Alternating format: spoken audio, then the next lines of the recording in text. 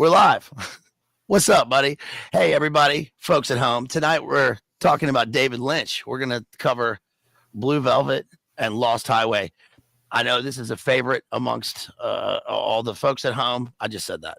All the people.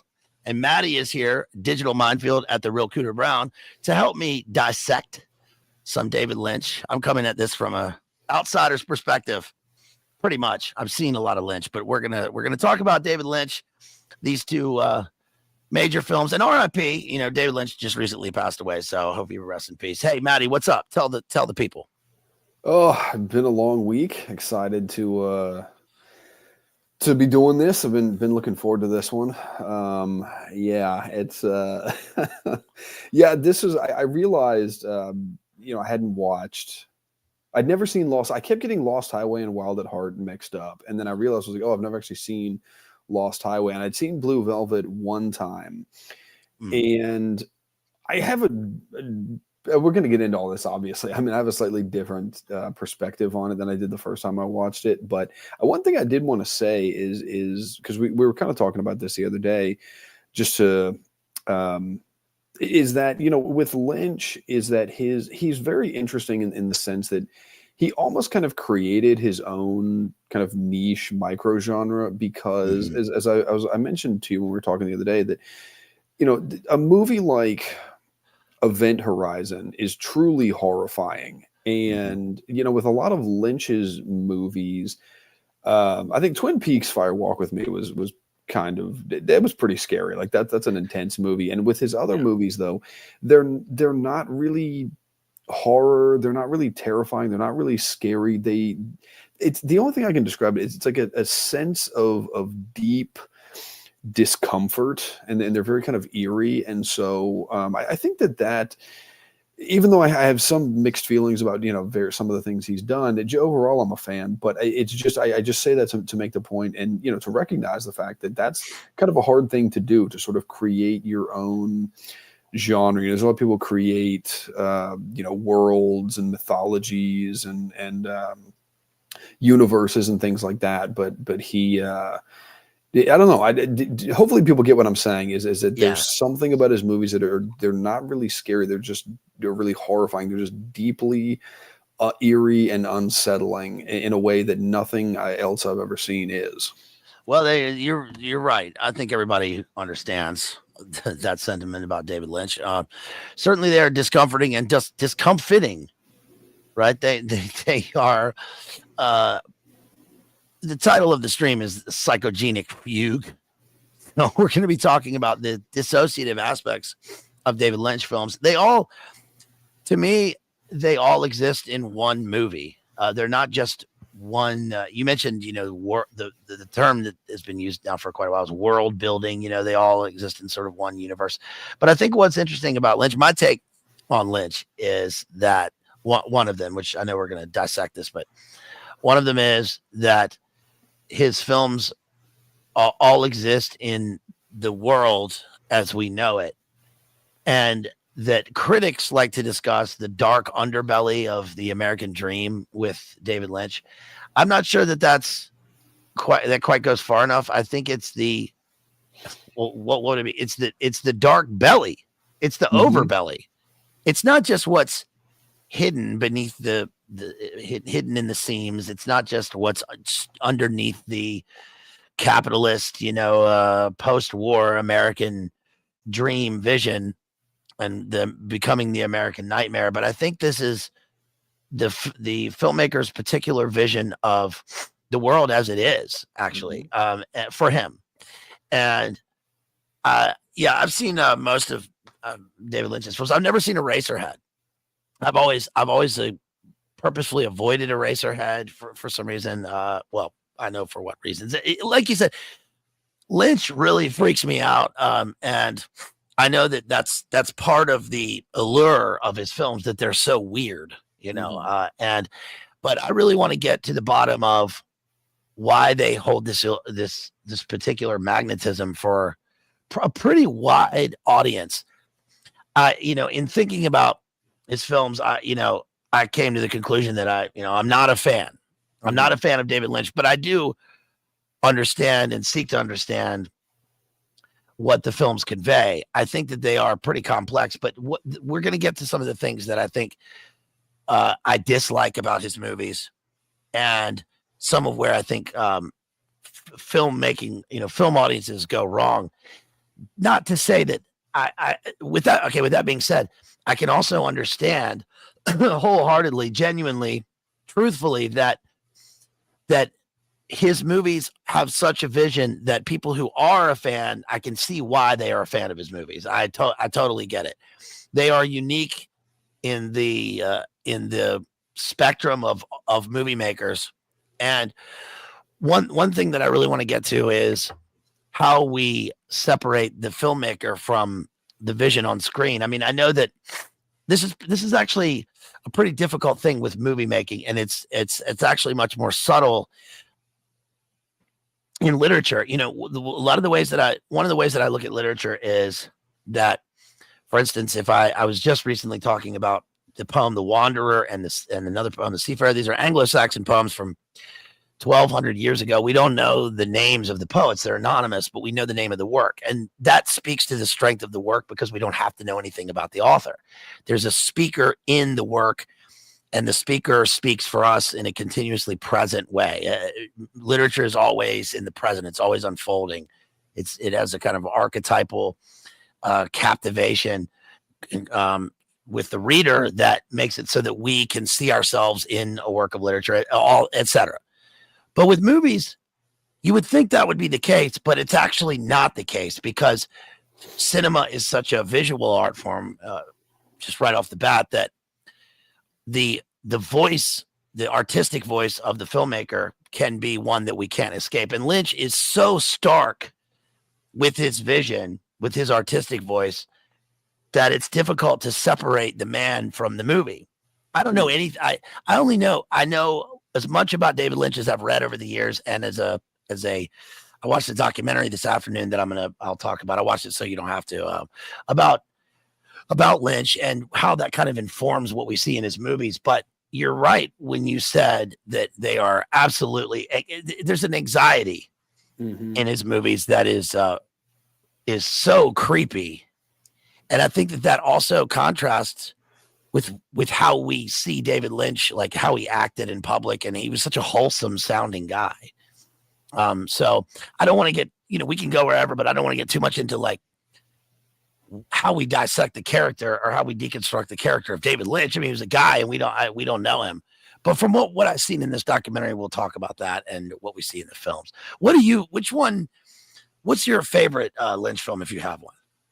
So quick, before I answer that, I wanted to add one quick thing since you mentioned Lynch, and this is interesting because I didn't even realize this until today that David Lynch is somebody I've read a lot about. I've read a lot of interviews with, seen a lot of his work, and I realized that I still don't really know much about him as a person. Even though there's a lot about him out there, it seems like maybe other people feel like they know more about him. I just feel like I don't really know anything about him. And I kind of like that because I think it can be a useful skill to have, in that if you can sort of make, have yourself out there like that. He was a, very public, prominent, high profile figure for decades, for many, many years.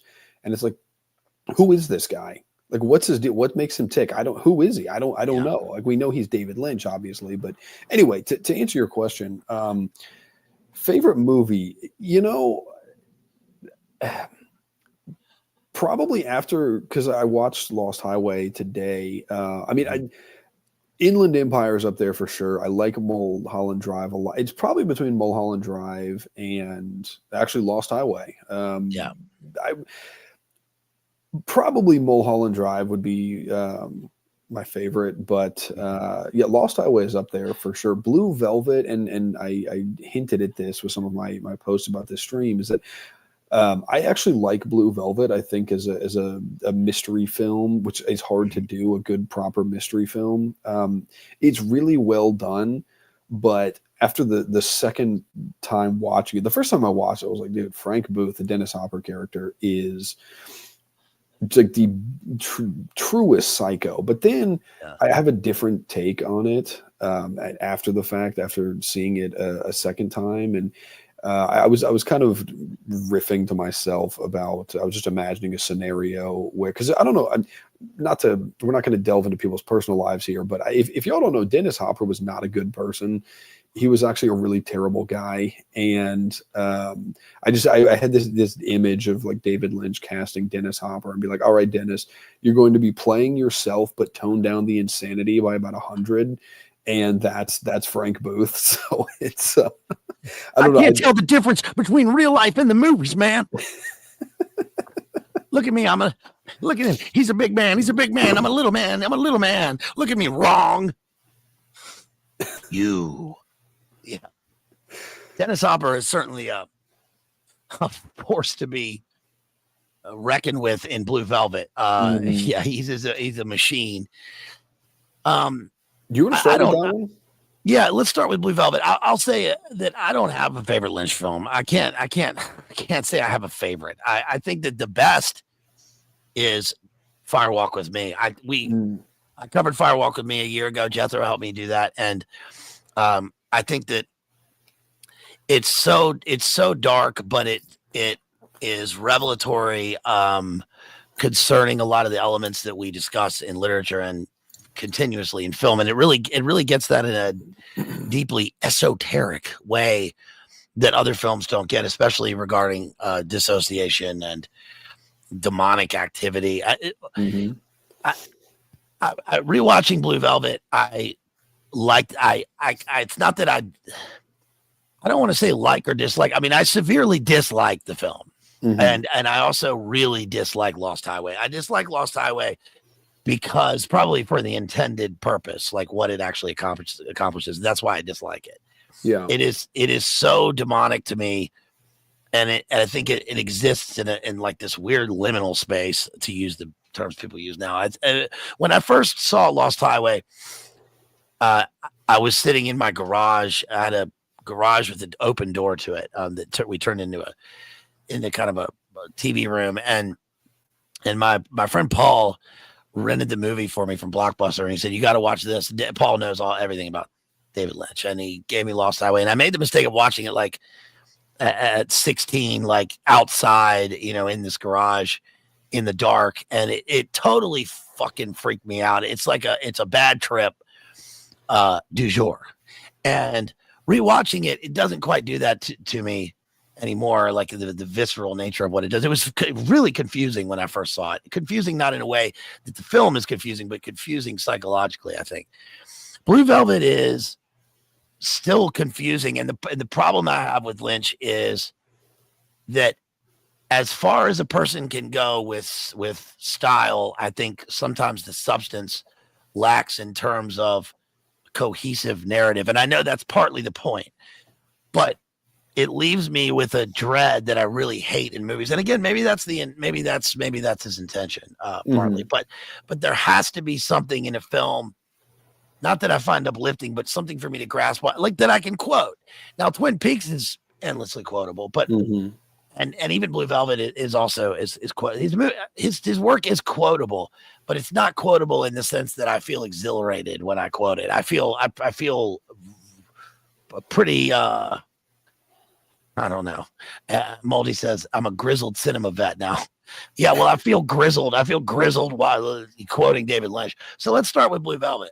Actually, one thing I did want to say is, when you mention, the intended purpose of Lost Highway, which I'm sure we're going to get into that and, more, but and now I was just thinking about it, and I enjoy Lynch's work, but at the same time, it's so dark and it's so evil. And I don't mean that I think Lynch was, his head maybe wasn't entirely on straight. Not to say that he was like a creeper or anything like that. I don't mean that. I just mean that, if you look at his paintings and his visual art, you're not a normal type of person is not going to produce. And the same thing with the films he did. I take the approach that he was with Twin Peaks, with Lost Highway, with Inland Empire, or with Mulholland Drive, with some of these films. It is showing how things really are. But and we know that, but he does it in such a stark and an unpleasant kind of way that it's almost hard to say. It's like I'm a fan of his work, but it's also like this is so grim and it's so disturbing that it's like if I'm going to go watch a movie like, you know, Caddyshack or, you know, Pain and Gain, it's like, all right, these are like kind of fun movies and I guess Pain and Gain, that was kind of dark, but anyway, it's just that, it's like this is just, there's so much evil in this, and again, not that he's endorsing that. I think he's just showing through his own artistic perspective how the world is. But yes, Blue Velvet. Kick us off here. Let's get into the narrative. Blue Velvet was Blue Velvet has what's her name, Isabella Rossellini in it, Dennis Hopper, Kyle MacLachlan, and of course Laura Dern. And one thing about the movie right away is that it is the same block as Wild at Heart or parts of Twin Peaks. It's the same neighborhood. It's the same vision of the world. It's not just the same universe. It's like at the same time period. And the characters, one thing that you get right away with Blue Velvet is that we're presented with an all-American vision of post-war America, which is clearly, there's so much 50s and early 60s in David Lynch that it's clearly a reflection of the filmmaker's vision of the world and of his youth. And from that, we get this stark contrast between the glow of youth and the darkness and depravity of adulthood in the, what critics always say is this underbelly, but actually exists in plain sight in small town America. And I think that this is something that has become such a cliche with movies like, take any movie like Pleasantville or, you know, Stepford Wives or any movie. I've covered a bunch of these movies that whenever we're presented with a vision of everything's perfect, we're supposed to expect that everything is far from perfect on the underside. And a lot of this really does come from Lynch. And it's crazy because Lynch's movies really, to me, exist, especially something like Blue Velvet exists in the sort of second generation golden age of Hollywood. It's like we're looking at a movie that was made in the golden age, and it's a time capsule, and it's one that we forgot. It's not one that was made by a guy later and is an ironic vision of that. It's literally one that was made at the time. And the film stock has faded and dissolved. And then we see a view of the projectionist and the movie theater. That's what I think about something like Blue Velvet. And the movie theater is a seedy, depraved, disgusting Times Square in 1975 movie theater where, you know, one day the real rain is going to come and wash the scum from the streets. That's what it is to me. So we start off Blue Velvet with, it's called Blue Velvet because we get the introductory song Blue Velvet. We get this like Bobby Vinton version of the world and of culture, and we see a blue velvet curtain. And I'll get to that later. But we see Kyle MacLachlan, young Ray Manzarek, Kyle MacLachlan, you know, pre-Twin Peaks, walking around like whistling in all time America. And his father, I'm kind of going in a non-linear fashion here, but that's okay because the movies are non-linear. We see that his dad is out front and he's like watering the grass, and all of a sudden we focus in on the water and on the faucet and the spigot, and we hear like this echoing droning sound, and all of a sudden he grabs his neck and he falls to the ground. And then we see that he's laid up in the hospital, and he's got, you know, the headgear on or whatever, and he's laid up, he can't move. And then Kyle MacLachlan walks past like a alleyway, and then he walks past this field. There's a shed. He's thrown rocks at the shed and come back. And when he comes back, he finds an ear on the ground, and the ear is in close up with ants all over it. And I'll stop there to see what you have to say about that. But I will say that these are all motifs that we see within David Lynch. We see that when we see the disembodied ear, we're supposed to ask ourselves, well, who does the ear belong to? And also, what are we listening for? There, and the droning sound is like the sound of insects ramped up 1,000 decibels. So we're seeing the corruption of life, and we are supposed to assume that this is a microcosm for what's happening in the world at large. And I don't just say that because I'm trying to find symbolism in Lynch. Lynch is highly symbolic, and that's one of the things that I get about David Lynch, that the symbolism is replete throughout his films, including the kid throwing the rock at the shed. It's an all-American kid, but who is the ear belong to? And also, the way that people do things in his movies is oddly surreal and dreamlike. Like, he picks up the ear, he kind of, and then he puts it in this bag and he takes it to the cop. And when he takes it to the cop, he says, "I found an ear." And the cop says, "Did you? Okay, let's have a look at it." And you're like, what? That's the reaction? Because now it would be like, what do you mean? Okay, where, on TikTok? Or, what do you mean you found an ear? There's so many questions you would have. What are you talking about? Is this real? But it's very simple and straightforward. People kind of do what they say what they do. And his kid's got an ear in a bag. Okay. What do you say about all that so far?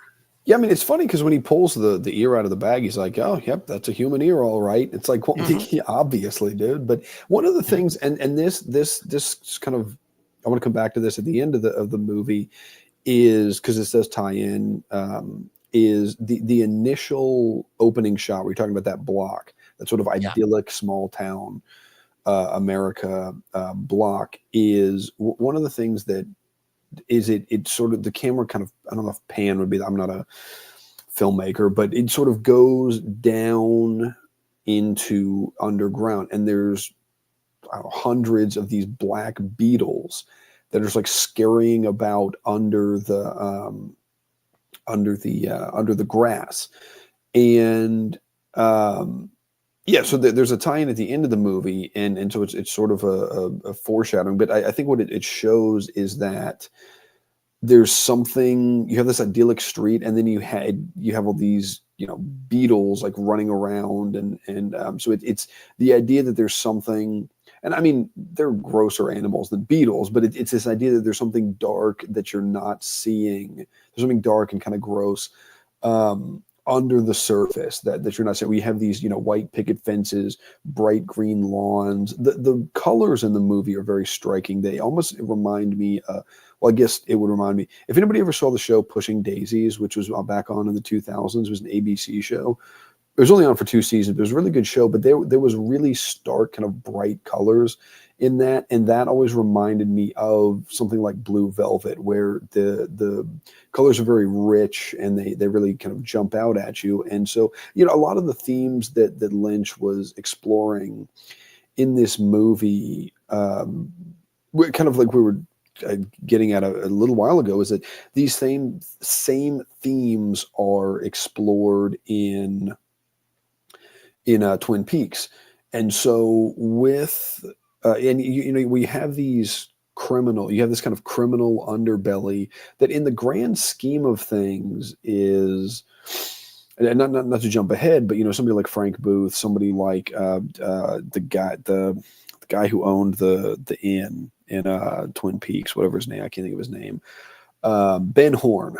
So these people are kind of involved in this crime, but it seems to have a large effect relative to the area that they're in. Like, so, Lumberton, which is, it's set in Lumberton, North Carolina, which is a real place. Lumberton. Yeah. It's a real town. And it's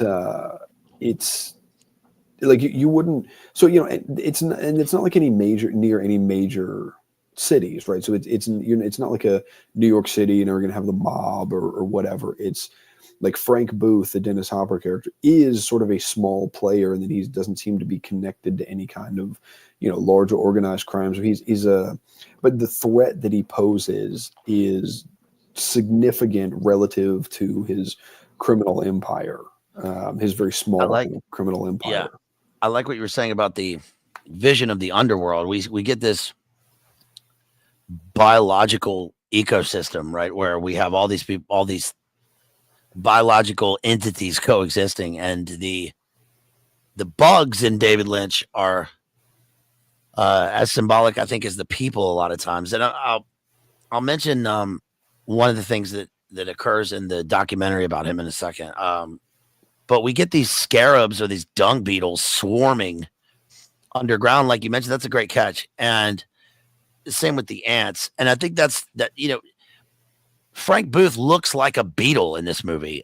He the way that he swarms the screen, the way that he swarms, he's almost like a whole swarm of beetles. And he's just death. It's like death and corruption and sort of regeneration that we get in Lynch. And that might have something to do with his transcendentalist, his transcendental meditation and transcendentalist views of the world. But it's certainly that right underneath, death exists, and then we have these things just taking over, and they seem to cross the line into the world as people. Yeah. And the thing with the father is also very weird. I mean, the watering the plants, and the milkman drives by the DDT truck or whatever, and the guy's hi, and with Lynch, it's so palpable that like this is clearly nightmarish. If it were Leave It to Beaver or whatever, and it's the 50s, just on the surface, life is great. It's wonderful. But there's some sort of dark foreboding, some sort of ominous spirit that we're seeing throughout all of his films. And even the guy riding by, like on the fire truck, it's like, are these people three-dimensional? Mm-hmm. And that's, I think, one of the things to keep in mind when considering his movies, that sometimes three-dimensional characters are actually one-dimensional, and the one-dimensional characters are three-dimensional. And they, not only that, but they disembody and they enter other characters. That's the whole point of Lost Highway, of course. But so those were great points. And Kyle MacLachlan picks up the ear, he takes it to the cop, and the cop is the dad of Laura Dern in the movie. Laura Dern is weird because she and Kyle MacLachlan are together, and she's in this flowery dress, and she's golden, looks like a golden, Mademoiselle version of America. And shouts out to DPH, right? Church of the Eternal Logos. Hey, thank you, brother. Really appreciate that. Drops a $50 super chat. He says, love you, brother. Keep up the great work. Thank you, DPH. Church of the Eternal Logos. By the way, quick plug. Everybody make sure that you go to Church of the Eternal Logos tomorrow afternoon. He's doing a sponsored stream. So everybody check out our friend on his channel over there. Obviously, everybody here is already a fan, but please make sure you watch his stream tomorrow afternoon. I wanted to ask real quick, because I couldn't. The thing with the Kyle MacLachlan's character, what was Jeffrey? The thing that I couldn't understand is that, there was the thing where his dad was like watering the lawn, and then the hose was wrapped up on something, and it got a kink in it, and then the water wasn't coming out. He was kind of pulling on it.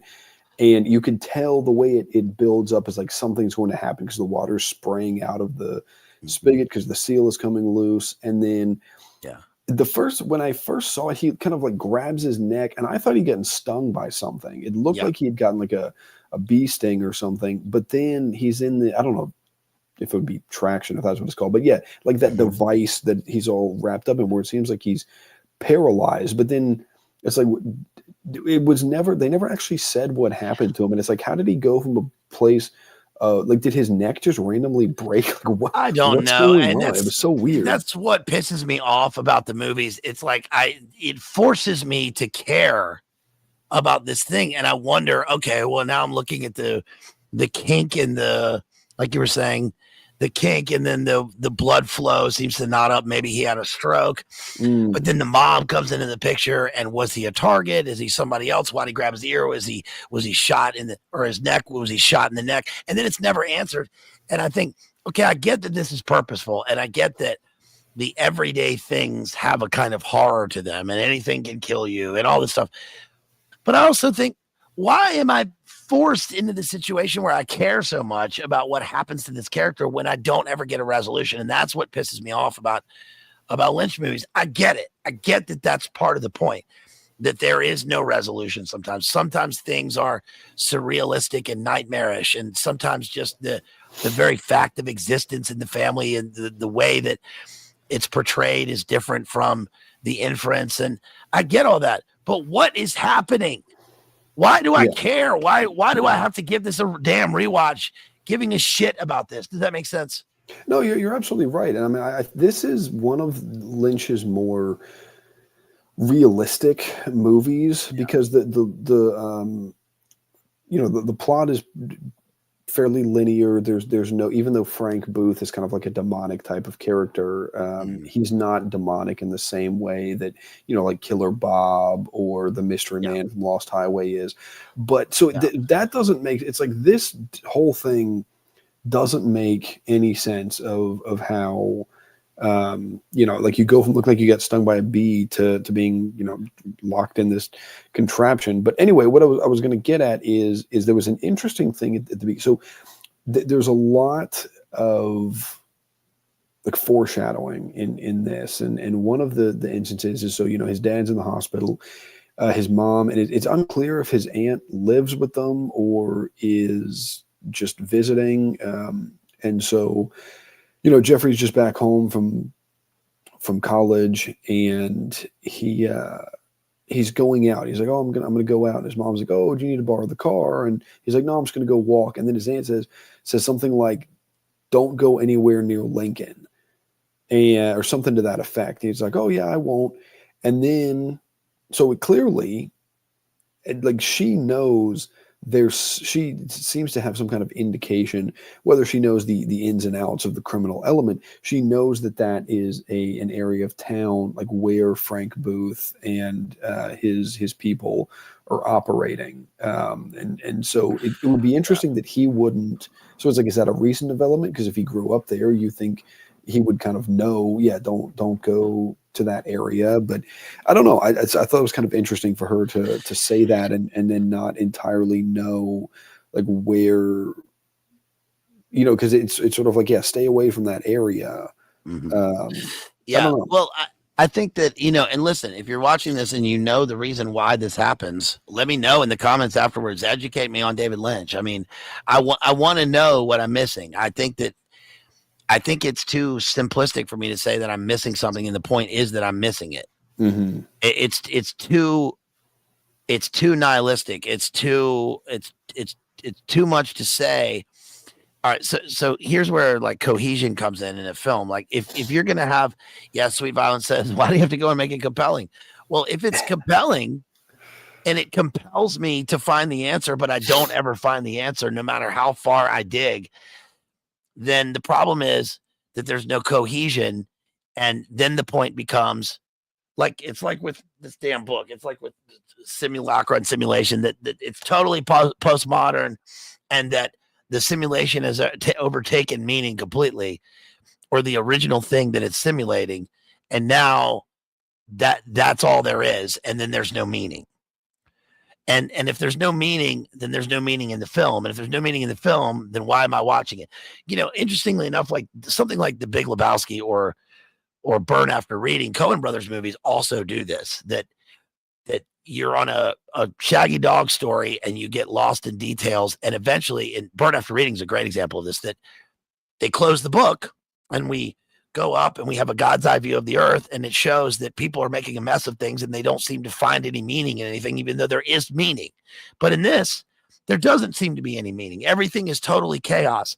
That really, you brought up a good point with Bob, and Twin Peaks, is that I think that to me is more compelling, because it's clear to me, especially on a rewatch, especially in a deep dive of Twin Peaks, that Bob is the dad, and that's the vision that we see of the. That's Laura. Is it Laura? Laura. It's Laura's. That's Laura's vision of her dad is this demon, and that is that's who he truly is. But that certainly exists in Lost. That's kind of what we get in Lost Highway, and we get parts of that in this. But this, like you said, is much more surface and linear. And so if that's the case, where's the end? Where's the payoff? Where's the end of the arc? Where's the end of the rainbow? Rainbow, because also Lynch is always doing Wizard of Oz type of motifs in his films. right? Remember in Firewalk with Me? I mean, there's somewhere over the rainbow. There's that's in Wild at Heart, right? You get the Wicked Witch occurs, or the Good Witch. We get clicking of the heels. We get this vision of seeing something like as if we've been swept away in the tornado, and now we're in Oz. But Oz is not the Technicolor brightness of Oz. It's the tornado itself. The swirling tornado is David Lynch's movies. I will mention real quick that this documentary I watched about David Lynch, which is basically it's from 2017. I'm sure fans have seen it. It's just him narrating his life. It's about the art of movie making, the art of David Lynch. And it's basically him painting. You mentioned his painting earlier, and he really is a kind of Francis Bacon painter. It's almost like screaming. It's like screaming mouths and munch mouths mixed with the kind of hellish silhouette of people's souls. And it's really wild how he came up with this in his life. I mean, because I learned that Lynch, for instance, grew up. He was born in Montana. He grew up in Idaho, and then he moved. And where did he move to? Of all places, he moved to Virginia. He moved to Alexandria. I didn't know this. He went to high school here, and he states in the documentary that if Idaho was Technicolor, then Alexandria was darkness. He said it seemed like it was nighttime all the time. And that's partly because of his life. His life was so good. He had a conventional life. His dad was great. He makes comments about how his dad was so uncool when he left the house. But as many kids do when they get older, he realized later how cool his dad actually was. They went out in the woods all the time. That's where all the wood motifs come from in his films. He was always out in the woods. He was always making things. He always had projects. Eventually, he started an art studio, and he didn't know what he was making. But then he came to a point where he had to move into another studio. He moved to Philly, and then he starts talking about all of the characters that he comes across in Philly, especially. And there was a woman in the next yard over, who would crawl like a dog. There were people who carried their children and would curse them when he walked past, and it's just this sort of it's pretty revelatory because it's predictive of what we see now with an open air insane asylum in the city, the urban sprawl of post-war America, which contrasts with the rural nature of where he had grown up. And he said that when he grew up, the blocks around him seemed like the entire world. And every child, I think especially every boy can relate to this in some sense. If you had an idyllic childhood, I did, where you never needed anything. Everything that could ever exist was in your immediate locus. And then he tells this, I'll finish up with this. He tells this one story about how he went out at night one night, and out of the darkness, this fully nude woman appeared. And she have you heard the story? She appeared like almost plaster white, and she had red, like as if she'd been punched in her. She had like blood red coming out of her mouth, and he'd never seen a nude woman before. And his brother was with him, his little brother. He was a kid, and he started crying, and he didn't understand the situation. And Lynch said that he remembers that he wanted to help, but he couldn't. He was incapable because he was just a little kid. And then in all of his paintings, you see this psychosexual, disembodied spirit that seems to crawl out of the darkness. And I think that to me gets at the heart of Blue Velvet, because of Rossellini, like continuously naked in the movie. There's always naked women in his movies, this sort of deeply psychosexual element, and how it's almost like what was the guy's name? The Man Ray, Black Dahlia, Dr. Hodel. It's almost like Theodore or George Hodel. Yeah. George Hodel and Man Ray making bodies into instruments, or sculpting the Venus de Milo, but like with a woman actually armless, and it seems like people are screaming from mouths that are completely mute in his films. And the sounds that we continuously get are these echoing, droning, overwhelming auditory storms that seem to speak more than the visual aspect can in a lot of the films. I don't know. I think we certainly see that in Blue Velvet when Kyle MacLachlan decides to be the exterminator and to break into this woman's apartment, which is very weird, isn't it? Mm-hmm. You know. Yeah, that was very strange. And one quick note about Lynch and his paintings. One of the things I think is fascinating about this painting is his visual art, because he did a lot of mixed media. Is the paintings? It kind of looks like when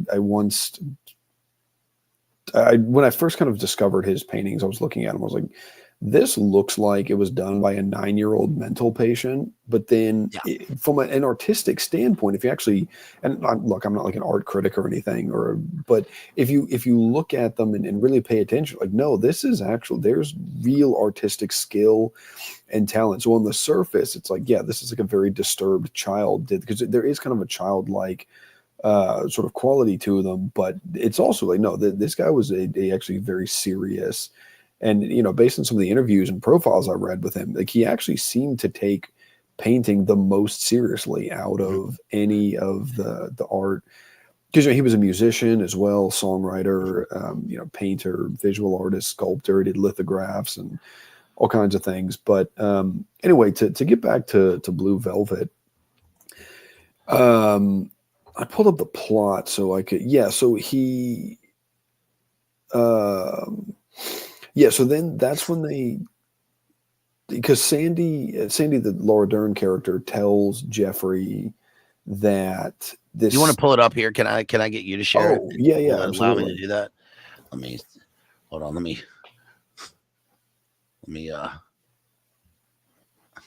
let me get that off the screen real quick. Hey, I'm Robert Blake. I'm Norm's best friend. yeah. Well, I never should have said that. Yeah, a little Robert Blake. How do I get you to? Let me just see if I can present. Can I share? See if you can present. I think. Did that work? Yep. There you go. Okay. Did it come up? Okay. There you go. You should be able to control it, I think, on here. Yeah. I'm boomer teching it, folks. I'm sorry. And so, yeah, Sandy tells Jeffrey that the ear somehow relates to a lounge singer named Dorothy Valens, because it's kind of that, what you would think of as like a high schooler who is, because she's like a senior in high school, and Jeffrey, I guess, graduated the year before. And so it's kind of that thing of where she's like overhearing what her detective father is doing. Mm-hmm. And it's like, oh, well, she's also Dorothy. She's like Dorothy in Wizard of Oz. And she's the Valens, like Richie Valens, or like valedictorian. Yes. Oh, that's a good point. Mm-hmm. Actually, one quick thing about Wizard of Oz. I was thinking about this when you talk about Lynch and the Wizard of Oz. I was looking. You've seen Mulholland Drive, right? Yeah. You know that creature or whatever it is that's behind the dumpster. That famous jump scare scene. Mm-hmm. I was looking for something about that the other day, and I stumbled across this thing where people were saying that if you and somebody pulled up a photo of it, and if you look like a still from the where she pops out. This is already freaking me out, dude. Yeah, this is already okay. What is it? Real quick, is that someone said this looks like the Wicked Witch of the West if she had been like in a fire, basically. Oh my gosh, dude. And I was like, whoa, I'd never thought, because the actress who played the dumpster thing like has very angular kind of features. And well, that's terrifying. Yeah, I was like, that's kind of an interesting, maybe a potential other Wizard of Oz kind of tie-in. Which anyway, that's terrifying. Yeah, so then this lounge singer, Dorothy Valens. So, Jeffrey goes to her apartment. Like you said, he poses the exterminator, and it's like, oh, I just have to spray the kitchen, because he's going to try to poke around her apartment. And then Sandy is supposed to go up there and pretend that she's a Jehovah's Witness who's knocking on the door. But then there's a man who appears wearing a yellow blazer, and Jeffrey calls him the Yellow Man. Now, I wanted to ask you this because I was thinking about this earlier today. I know you're big on symbolism, so I wanted to. I don't know what to make of this, but I wanted to see if you had any. He's in insight on this. Carcosa. He's the Yellow King. Okay, see that's exactly where, not exactly where I went, but You're in Carcosa now. So I can see your soul at the corner of your eyes. It's like acid in your mouth. Don't come around here no more, shorty.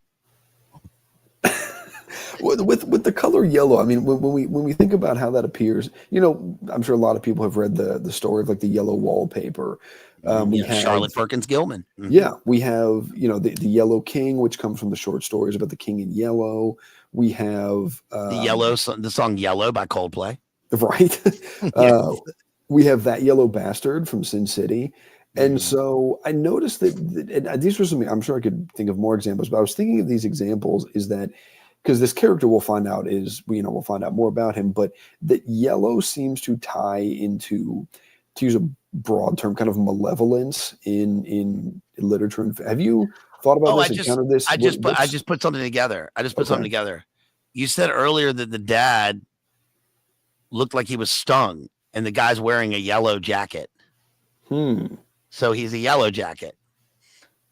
So maybe, is there a tie-in between him and the dad? Is he stung him somehow? Is the dad involved in? I don't even remember. Is the dad involved in something? Is he a loan shark? I mean, the guy's a cop, right? I don't know. Yeah, Jason says yellow is the color of sickness, pus, bile. Yellow is also the brightest color in the spectrum. It's interesting how Lynch does this with the bad guys often stand out. I mean, like Robert Blake in Lost Highway is wearing all dark. He's all black, but he stands out because he's got a moon face. I mean, he's a bright, like lunar character. He's what's the term for bright like a moon? Starts with a V. God, I can't remember it. Anyway, he's shining. So it's this weird irony that occurs, where the darkest characters, the ones that are hidden in the underbelly and the underworld, are also the brightest. Or maybe he's just wearing the yellow jacket of that fraternity at UVA. Right. Mr. Jefferson. One time, my friend tells a story. One quick side note. My friend tells a story. One time he was at a UVA, University of Virginia football game, and he was we were in Seaville, bro.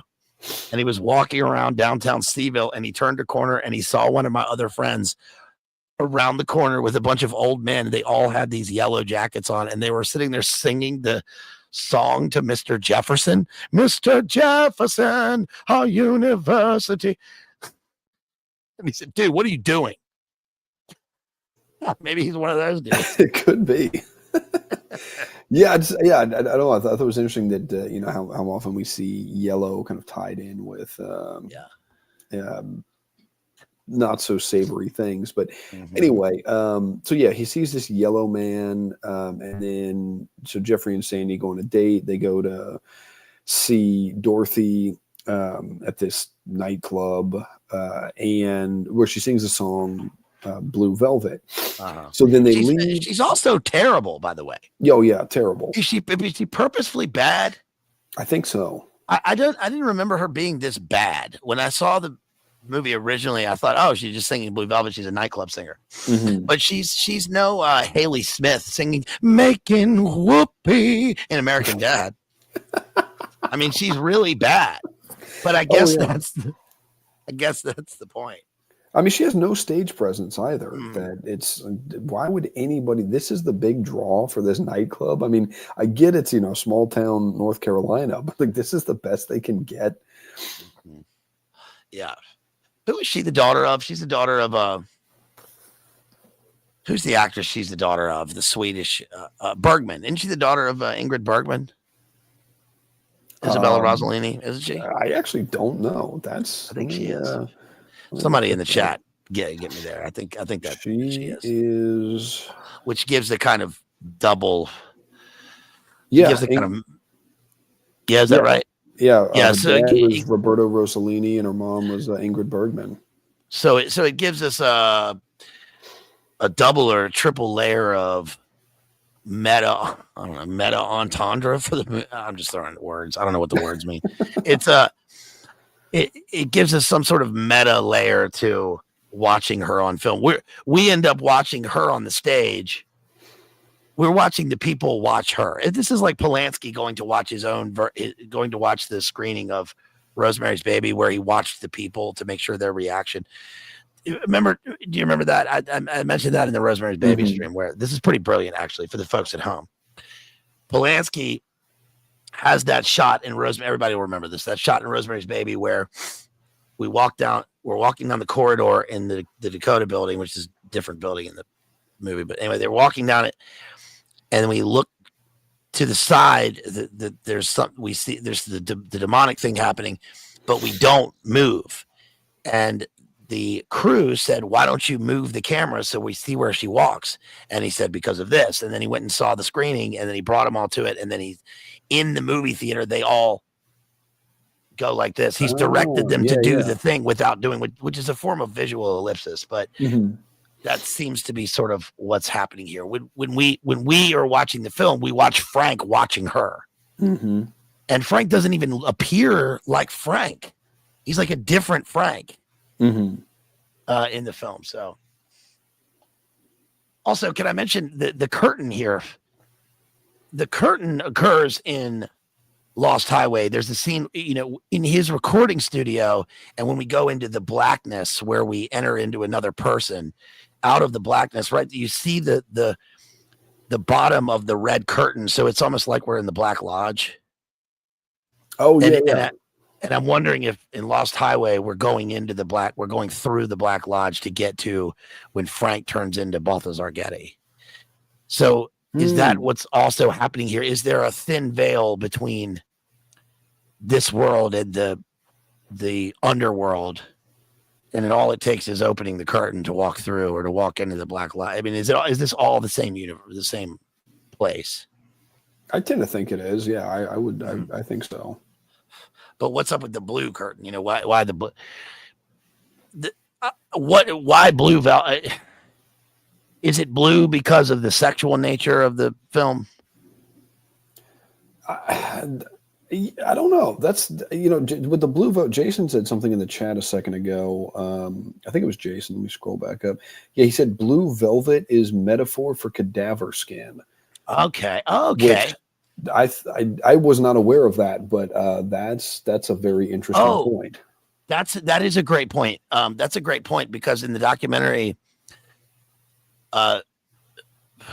Lynch talks about how he went to first he wanted to be an artist because his friend's dad was an artist, and then he ended up somehow along the line going to a morgue.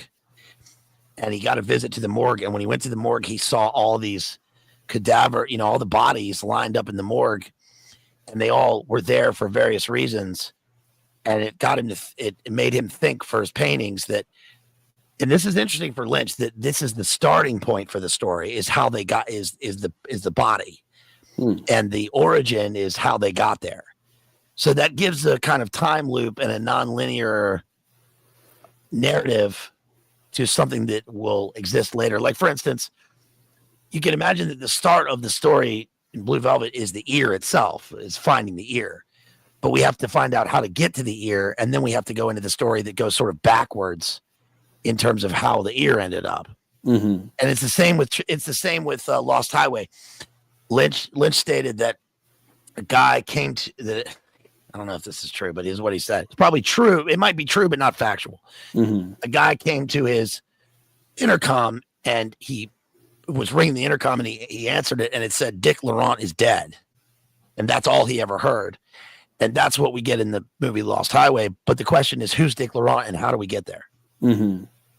So that gives a reversal in terms of life linearity. We start with the dead and end up with the living. Yeah. It's a very good point. So, okay. So I'm sorry. Where were we in the narrative? I was thinking about what you said, and I was like, "Oh yeah, we got it." Yeah. So so they leave so they can break into Dorothy's apartment, and so Jeffrey was drinking Heineken at the club, and then he gets to her apartment, and what's her name? Yeah, Sandy tells him she'll blow the horn 4 times because she's parked down on the street. She'll blow the horn 4 times. If anybody's coming. And of course he's, was drinking beer. He has to go to has to take a piss. And so he's doing that. And so then he can't which is weird. Yeah. Which is like, you're just going to go into the stranger's apartment and be like, oh yeah, I'm just going to use her bathroom. And yeah, it's very, very weird. Which also indicates the surreal nature of what's happening in the first place, because everything that's painted realistically in his films ends up being non-realistic. So for instance, like, if you're going to have this scheme where you're going to be the William Burroughs exterminator character going into the apartment in a postmodern version of exterminating for people, it indicates that like you're going to be exterminated, right? And that the bugs are people, and that people are insectoids, as in Burroughs. And you have the girl sitting outside of the apartment. First of all, a blonde girl sitting in a convertible in a big ass car outside your window is something you're going to notice. Anyone's going to notice that. What are they doing down there? It's kind of like the phenomenon of people sitting in parking lots now. Have I mentioned this before? Like next time you go somewhere, everybody's noticed this by now, but next time you go somewhere, like you go to the Walgreens, and you're about to go in. That's what the lady calls it at the Walgreens, the Walgreen. Next time you go to the Walgreen, before you get out of the car, just take a look around you to the side, left and right. Just clock your surroundings and notice how many people are sitting in their cars in the parking lot. And they're not just checking their phone before they hit start. They get in their car and they take 15, 20, 30 minutes before they move. I know this because I'm also a car lurker. No, I just noticed this. No. I'm the one taking the long time. I'm making sure the streets are safe, right? Stay frosty, Patriots. No, they're looking around, and people just sit in cars. They don't fucking go anywhere. And not to mention the fact that if you're in an apartment building and somebody knocks on the door and says, "Hey, I'm the exterminator," they don't say something like when he leaves, when she comes in and then he ends up leaving. He says, "Oh," he's like, "Okay, thank you," and then he kind of looks at her and stuff. It's like, no, a guy who's really there to exterminate the apartment goes, "Thank you, sorry for the bother, ma'am." Looks at his equipment, walks out, doesn't look at her again, probably doesn't even look her in the eyes, is going about his business. He's got to get to lunch. Right. Then he goes to the next apartment. You hear him knocking on the next door. If the girl is going to come in and be a Jehovah's Witness, like you hear her knocking on other doors in the hallway. You have to live the whole part. It's not just the one apartment. She would notice that. Oh, yeah. So that indicates that this is some sort of surreal world where people don't notice things, and just like I guess nobody notices the dark underbelly of the crime in the neighborhood, I suppose. Yeah, no, I mean that's a really good point. Yeah, I mean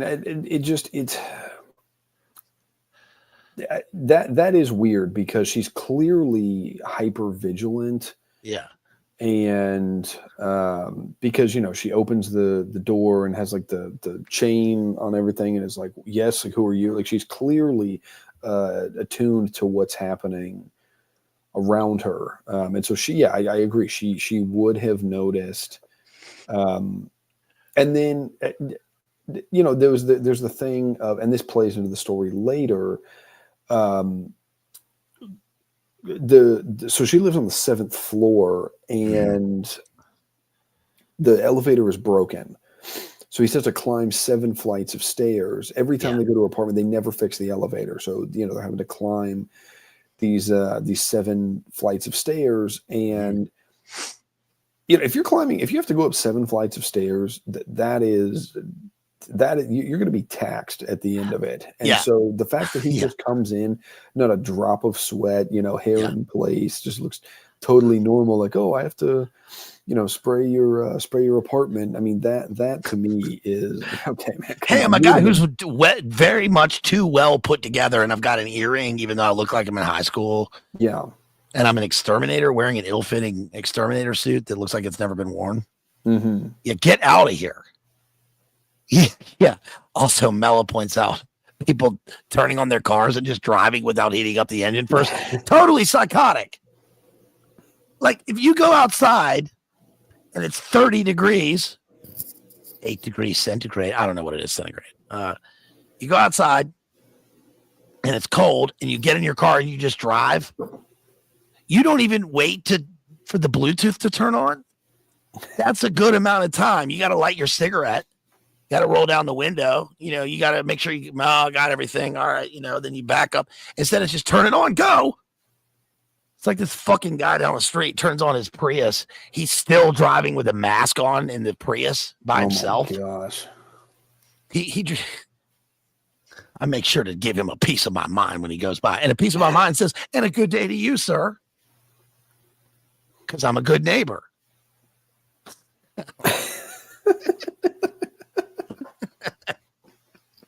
Hey, don't knock the Prius. I don't drive one. Yeah. They are very comfortable to ride in. I see you. He's like throwing empty beer cans at his car when he drives. Well, when he drives by at night, when I hear the door shut, when I hear the door shut, I make sure to run outside, stand under the street lamp, halfway in the light, halfway out, and I stand there like this. Did I tell you about one time I heard this noise when I first moved in here? I heard this noise outside. I walked outside and there was a guy.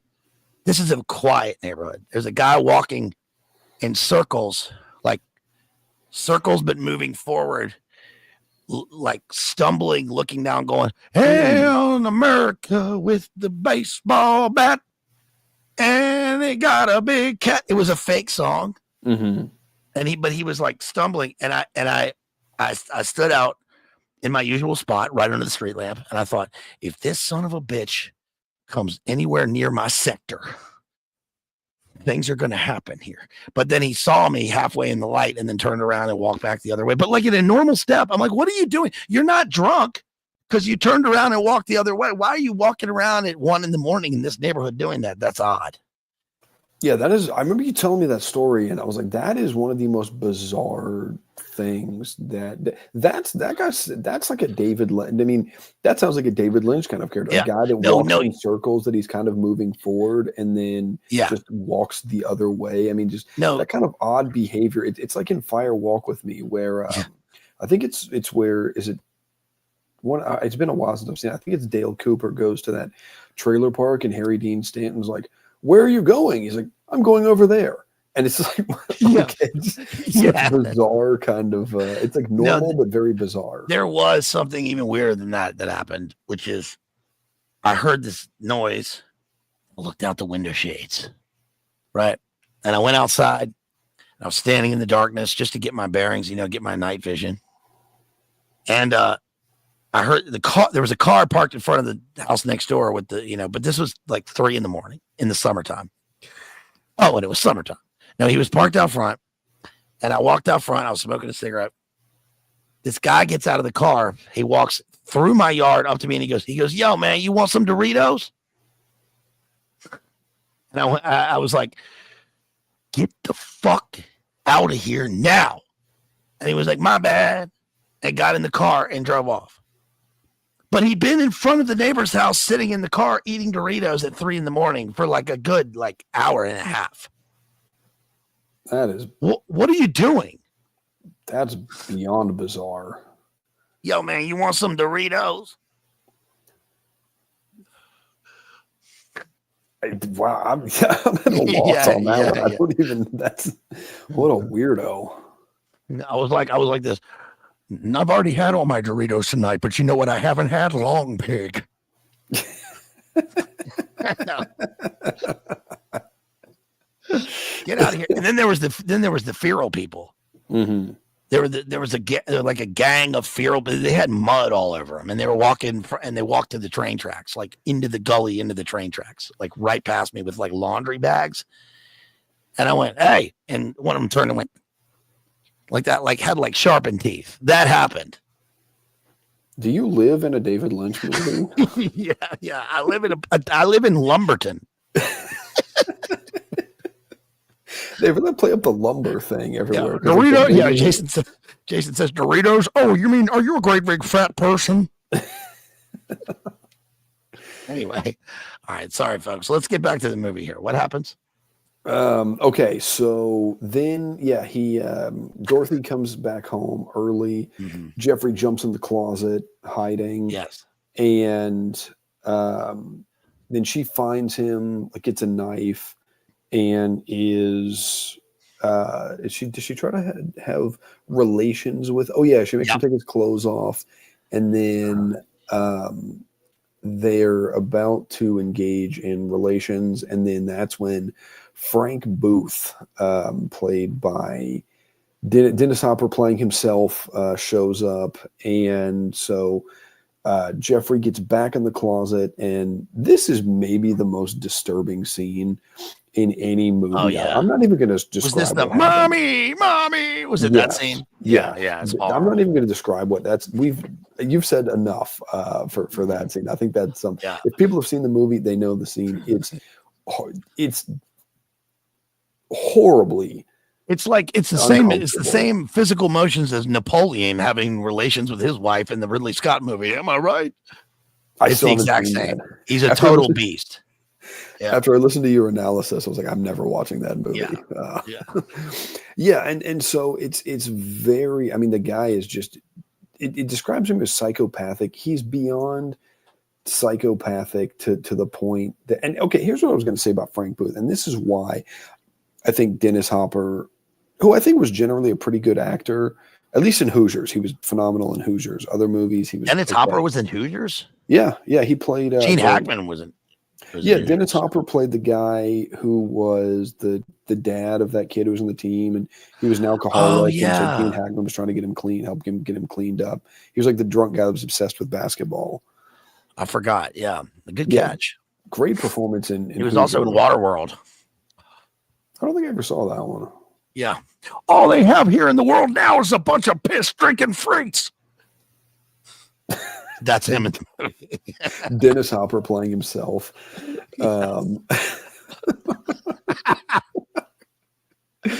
And so he's got that great monologue in True Romance. Why don't you quote it for us, Matty? Oh yes, yeah. Let me. I know that one from memory.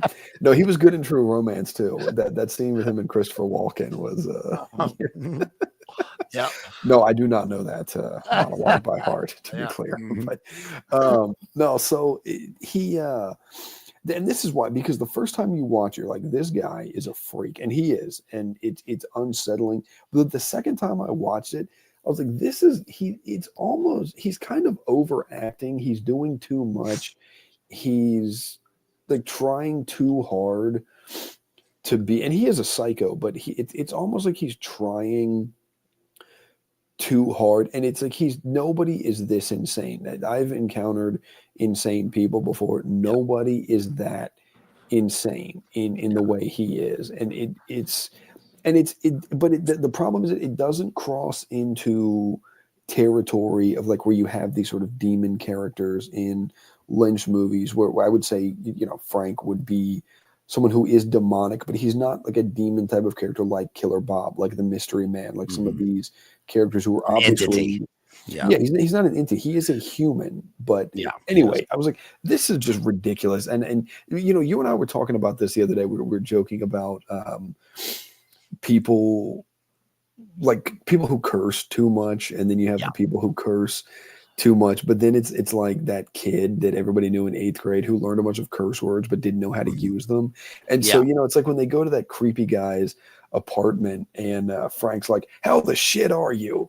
And it's like that doesn't even make sense. But that's a good point. I was thinking about it, and I was like, this actually, to go back to that 8th grade or whatever, who learns a bunch of curse words, doesn't know how to use them. I think that actually, my take on this is that is giving us an insight into Frank's psyche and his maturity level, in that in a sense he does seem very stunted. He has some serious issues, as we find out from that scene the scene where he's introduced on the floor at Dorothy's apartment. And he almost seems, whether it's some kind of arrested development or something, that this guy is stunted. And so he's kind of immature. He has no control over his emotions. Do you get what I'm saying with that? Like, I get what you're saying. Mentally, that eighth grader. Yeah, I get what you're saying. And it really brings to mind that, number one, many of the enforcers for mob groups in real life were intellectually stunted. And this introduces a chaos element that I think that Frank sort of represents in the movie. Like you were saying, if Bob is a malevolent spirit that shines in a kind of black liquid out of the dad in Twin Peaks, then Dennis Hopper is a kind of purely insectoid beast character who represents total chaos and uncertainty. Because the scary thing about Frank is that you can't predict what he's going to do, and you don't know what's going to happen next. And that's utterly terrifying. If you've ever known anybody like this who is totally chaotic, you don't know what they're going to do. It's probably the worst thing. That's what, happens with schizos and other, and people like that, that it's totally unpredictable. But he is not that. He's almost like in control of his uncontrollable chaos. And he also, I realized, represents a kind of polar opposite to Anton Chigurh in No Country for Old Men. They're both enforcers.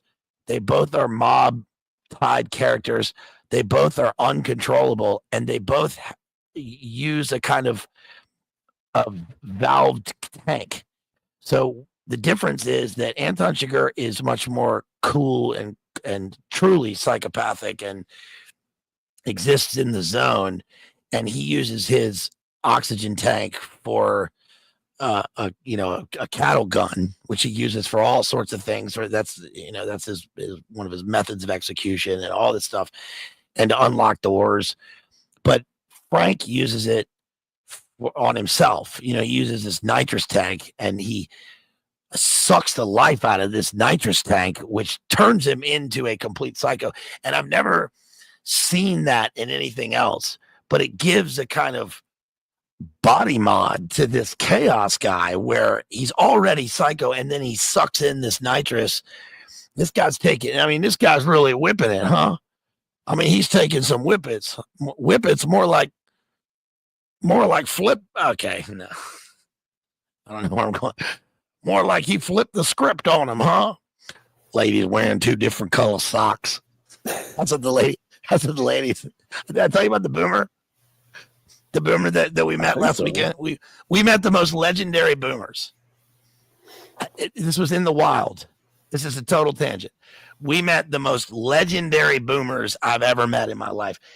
The husband was the coach from the Chiefs. I mean, he was him, and he even had a Chiefs hat on. This guy, and the woman sat down across from me, and she goes, This lady walked past, and I noticed that the lady who walked past had 2 different color socks on. And before I could even think it, the boomer lady looks at me in the eye. I'm a stranger. She looks at me in the eye and goes, 2 different color socks on. And I went, hell yes. This lady she ended up telling me her life story. She showed me a picture of her frying pans. She showed me her cross made out of a Morgan silver dollar that she'd had made. She showed me all of her vacation pics. Her husband said, you got a good aura. I mean, they were truly awesome. They were awesome in every way. And then at the end, she leans across and she goes, I love Trump. And I said, no kidding. Shocker. Yeah. Imagine that. No, it was very cool. 2 different color socks on. Can you believe it? She said, my generation knew how to have fun. Sometimes they'd put a little marijuana at the end of a cigarette. It smells like a skunk in here. What is that? Some kids walked in smelling all. They were getting blinky off the yoinky. They were getting rezoined off the Zaza. And she didn't understand it, that no law and order anymore. Now, Woodstock was something different. Anyway. No, totally different. Yeah, totally different. KF made a good point in the chat is that, with the sort of nitrous, we see that she mentioned Little Shop of Horrors, which is Yep. very much a 50s sort of story. I mean, I think the original Little Shop of Horrors, I think the first movie came out in 1960. The second one came out the same year as Blue Velvet did. Steve Martin. Yeah, Steve Martin. And I think it was Jack Nicholson was the dentist in the original one. It's been years since I've seen it. I'm pretty sure it was Jack Nicholson. But anyway, yeah, so that's, and I kind of wonder if Lynch took that, it's because that's a very 50s sort of story, if he took that, because the dentist is a very sadistic, unpleasant character, much like Frank. I mean, unpleasant, putting it mildly, but the dentist is not like on the same level as Frank, but he is, what's weird? Unhinged, dangerous, sadistic character that's using the same, at least whether it's a different substance, it's a different, same method of administration. Yeah, the remake of Little Shop of Horrors came out in 1986. Blue Velvet came out in 1986. Maybe they were sharing maybe they were sharing a soundstage, but also, it had Steve Martin, and it starred that other actor, Rick Moranis, otherwise known as Nick Mullen called him. His real first name is Suck. Have you seen that? His first name is Suck.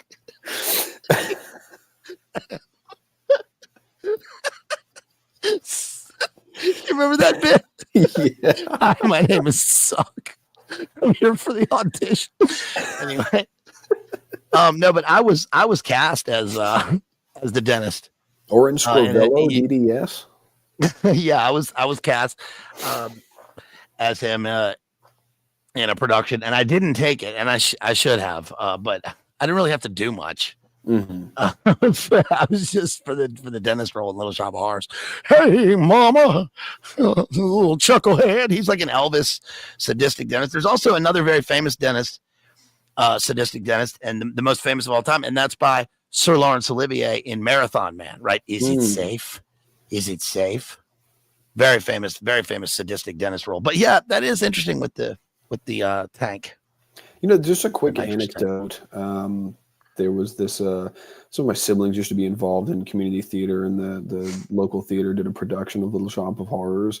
And for some reason I wound up at every performance of it. And they had this guy who played the dentist, and he did a really good job. The guy was a fantastic actor, but every night he would, he really played it up, and he would like ad lib and really, like, he wouldn't wear a shirt. So he'd have like the pants, just a leather jacket with no shirt under it. And, he had like, I think a few tattoos and stuff. And then, he would like throw in a bunch of, like I said, ad libs and cussing and stuff like that. And just really, over the top in a good way with the character. And then one night he came out and he had a shirt on that was tucked in.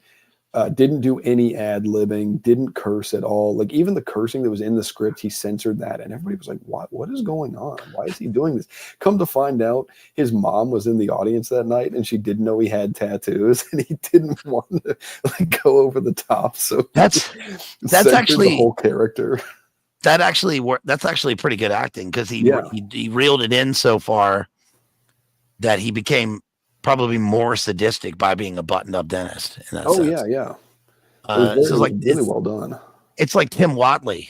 Remember Bryan Cranston played Tim Watley, the dentist, in Seinfeld. You remember that? Oh, and he's Seinfeld.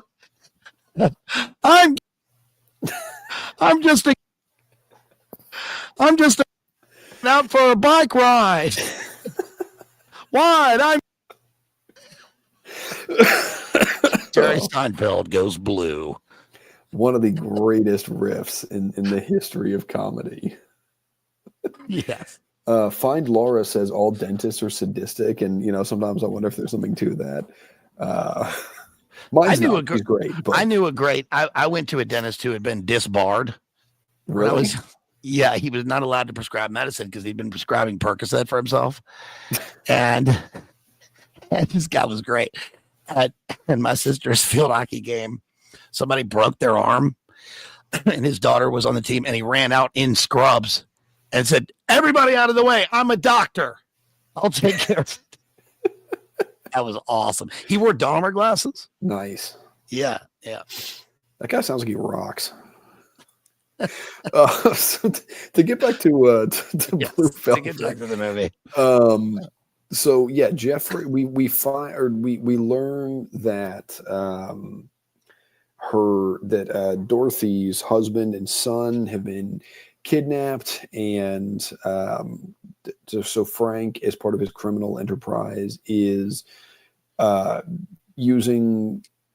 He's suspected he's using Dorothy to, I don't know what we can say in terms of TOS, but make money in an immoral kind of fashion. Yeah, she was an F worker. Yes, kind of forced into it. And so then Jeffrey starts having relations with her. She wants a certain extreme type of relations. He's initially like, no, I'm not doing that. But then he gives in. And then... yeah, so then he starts doing surveillance on Frank, and so he sees this yellow man.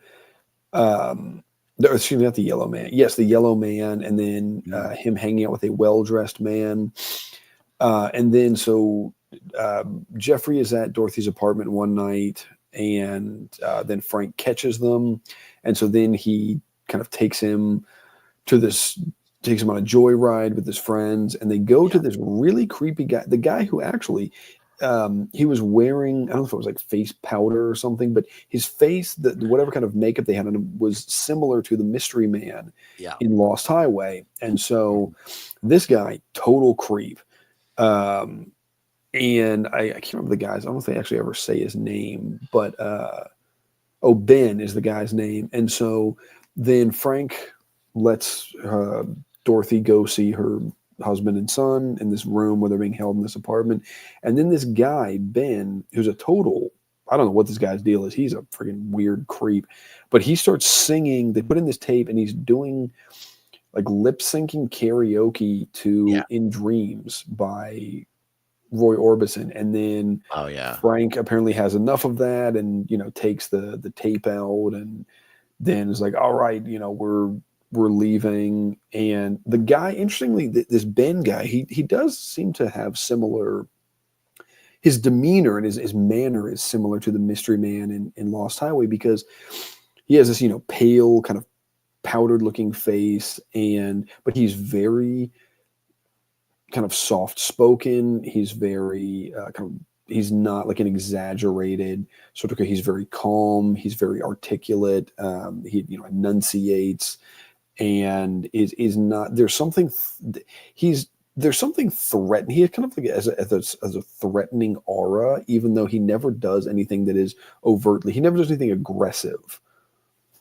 Yeah, he's he's Dean. That's Dean Stockwell. He's played by Dean Stockwell, and he's a kind of like alter. He's like an alter Johnny Mathis, and he's a lounge lizard singer. He's with a Hunter S. Thompson cigarette filter on. And unbuttoned shirt and a ruffled, he's got this sort of leopard skin jacket on, and this guy to me functions as a kind of master of ceremonies, sort of like, it reminds me of Master and Margarita. It reminds me of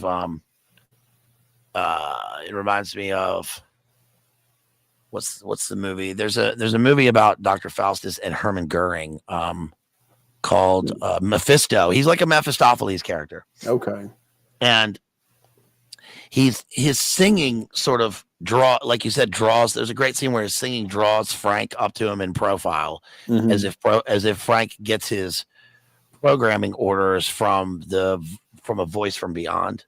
Oh, and Dean Stockwell is certainly a pretty disarming character. I think Dean Stockwell was a confirmed OTO. I think he also passed away like 3 years ago. When did he pass away? So somebody in chat will find out when Dean Stockwell passed away, please.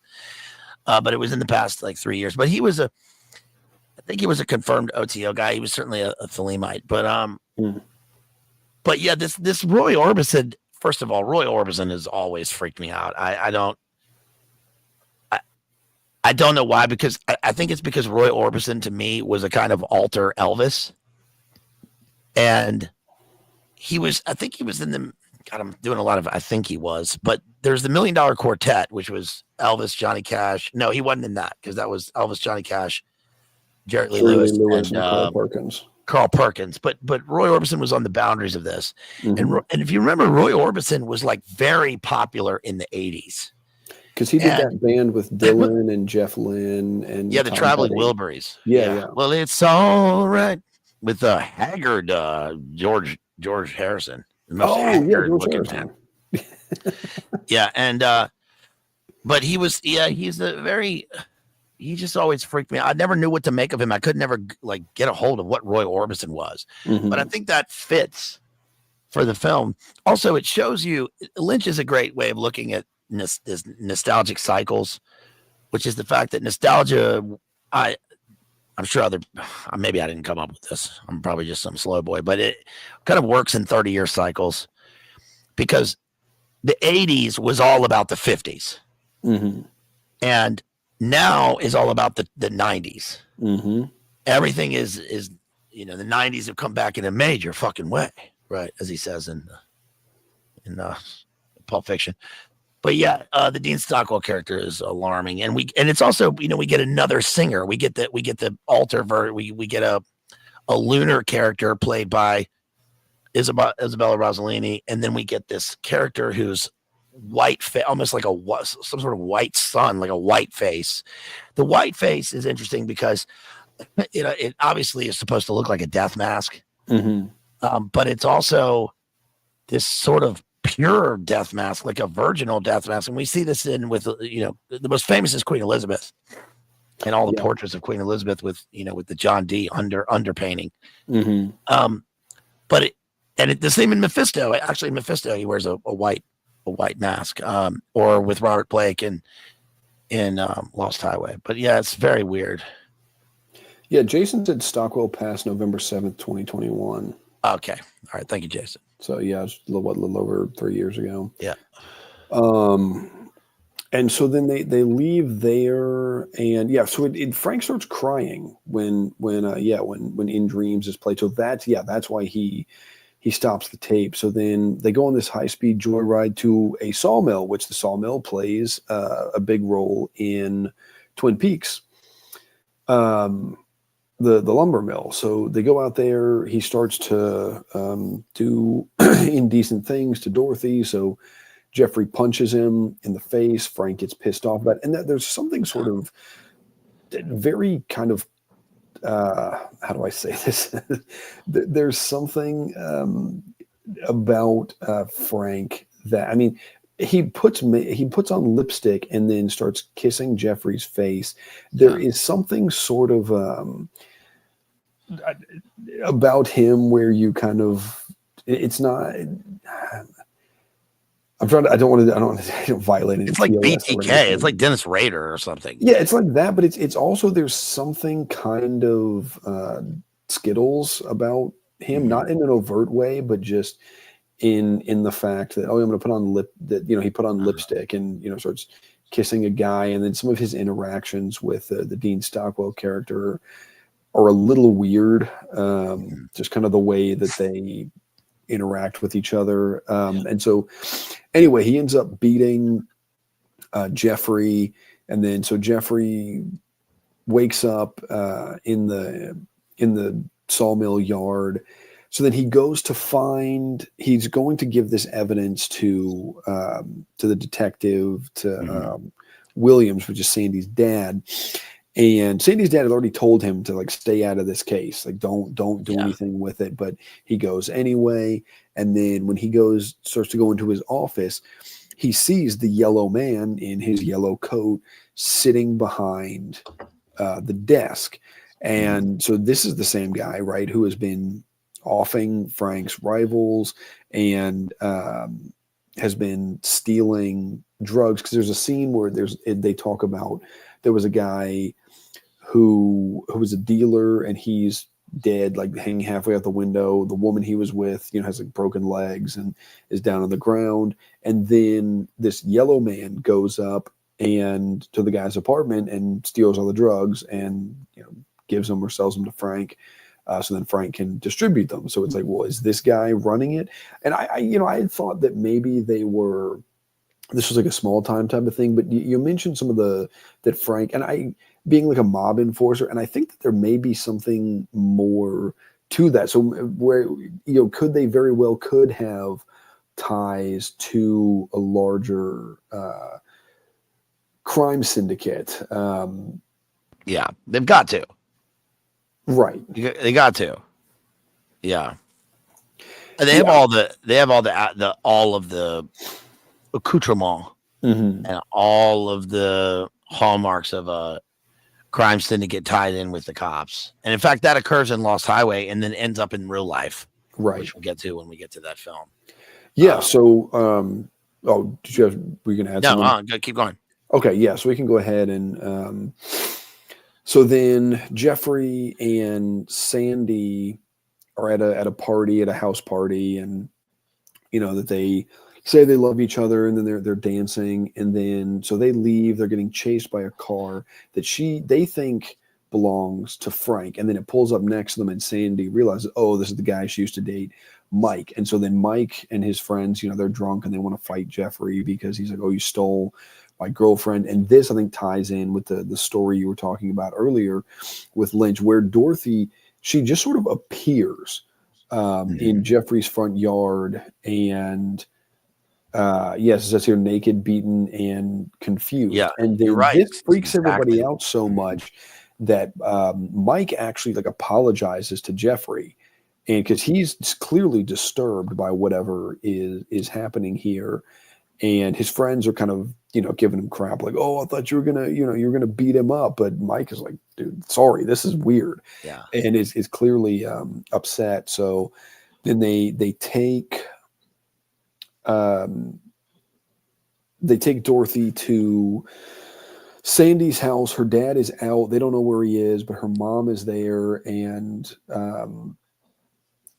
Dorothy is still not wearing any clothes, and so they're just kind of standing in this woman's, living room, and Dorothy is talking about,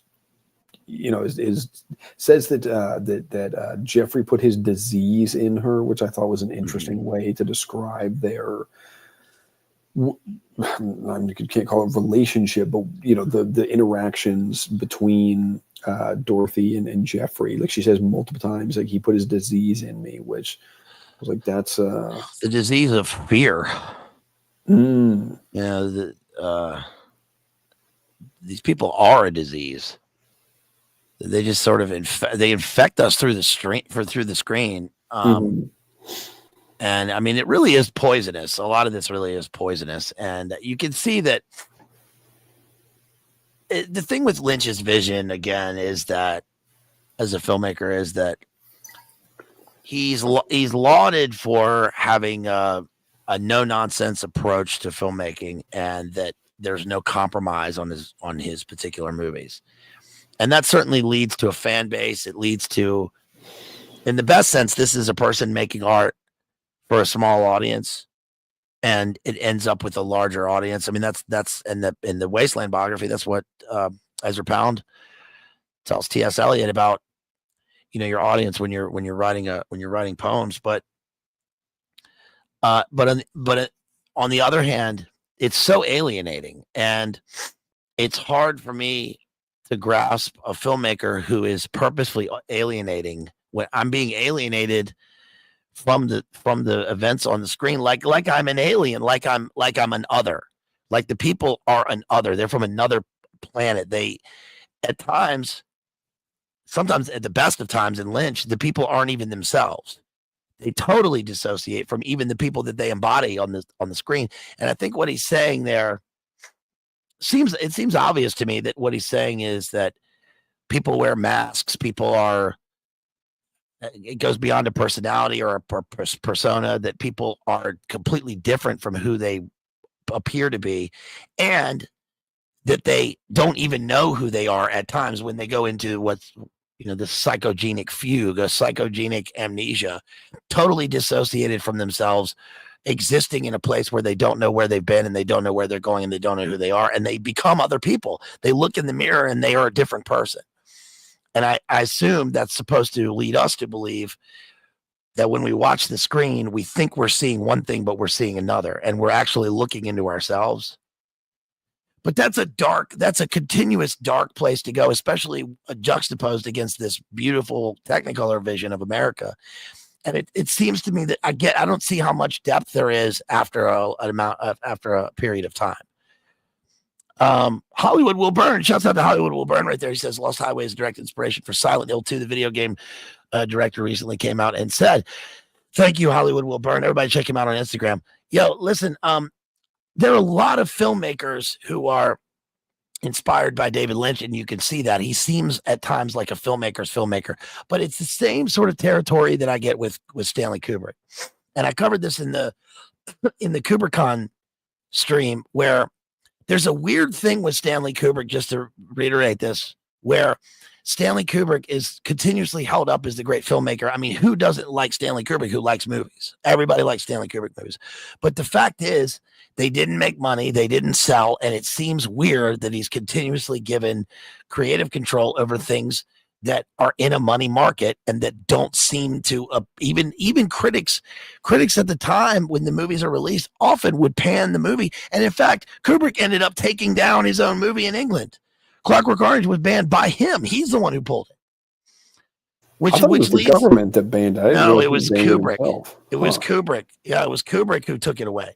So it really, there's a point to all that. And with Kubrick, there's the larger military and intelligence industrial complex that goes into it and all the stuff with NASA and all that.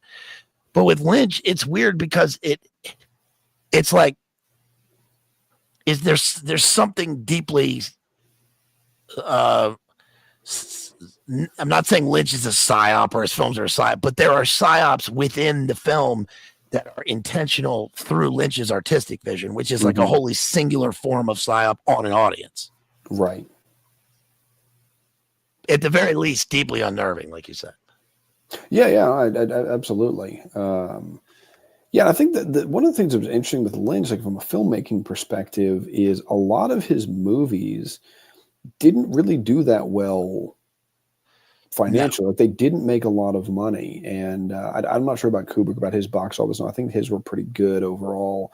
They weren't great, but yeah, probably not what you would expect. But I haven't looked them up. But I was looking earlier. I think Lost Highway made like $3.8 million at the box office. Yeah, so probably lost money. I don't know what the budget. They were not great. They do well in the aftermarket, but it's just it reminds me of Norm Macdonald. Of course, I can't not bring up Norm. And Norm said that, people often describe Norm as the comedian's comedian. But the problem, Norm said, is that when you're a comedian's comedian, you don't have the exposure and you don't make money like a comedian for people. Right. It's great to be a comedian's comedian, but that wasn't his intention. And that it's funny when you're, when you talk about bombing, like it's funny for people to assume that Norm is bombing on purpose. And there is an alienating aspect of that. There's a kind of pure comedy, but also you're not asked back to the venue. And that there's a little bit of a disconnect between the two. And I think that occurs with Lynch. I mean, Lynch also skates along on his personal charisma, like you mentioned at the beginning. I mean, he goes very far with that. Look, the guy was a good looking dude. He had a cool dress sense, and he had a good head of hair. Come out there with the 10-foot pompadour. That's what you do when you come out on stage, a 10-foot tall pompadour. He had this great pompadour, and he was a cool sounding dude, and he's an artist and all this stuff, But for me, that can only go so far as to how good the movie is.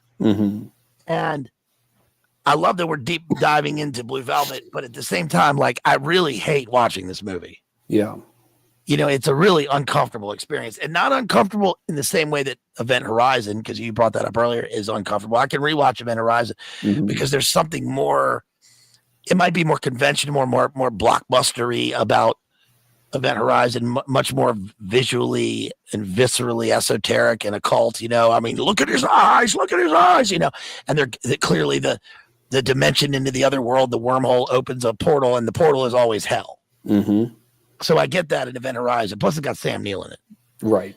But this is different. This is this kind of, or how crisp his movies can be. There also is something like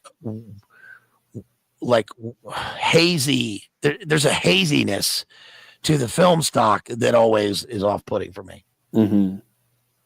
Anyway. Yeah, I mean, even there is a kind of a hazy, even with Blue Velvet. I mean, you can sort of see that even it's like it's hard to describe because the colors are very vivid and bright, but yeah, it almost seems as if there's a thin layer of film, if you will, over the film. Yes. You're kind of not seeing it exactly as sharply as you would think. So it's a very, I'm guessing, I don't know if that was intentional. I'm not like a filmmaker, so I don't know about all the techniques, but I think Lynch is one of those that everything in his movies is there for a purpose, that nothing is there by accident, that whatever it is, there's a reason it was that. Now, we may not understand, it may only make sense to him, but everything in there. So if there is a movie where, like Blue Velvet, you get these bright, vivid colors, but there's like a haze over them, then it's like that had to be intentional. What that means, we could speculate, but I don't know. I think it's very, he's sort of endlessly analyzable, if you will. He definitely is. That's for sure. And Jason asks a very high IQ question here. PLA, what do you think about the ending of Blue Velvet? Don't you agree that the descent into the abyss is the contrasting prelude to the glorious ascendant reclamation of order at the end? What do you think, Matty? That's a lot of words. Yeah, I'm thinking the question. I'm just sitting here trying to eat crayons, dude. Yeah. Magenta tastes the best. I'm partial to burnt ochre myself. Okay. The ending of Blue, I mean, is there,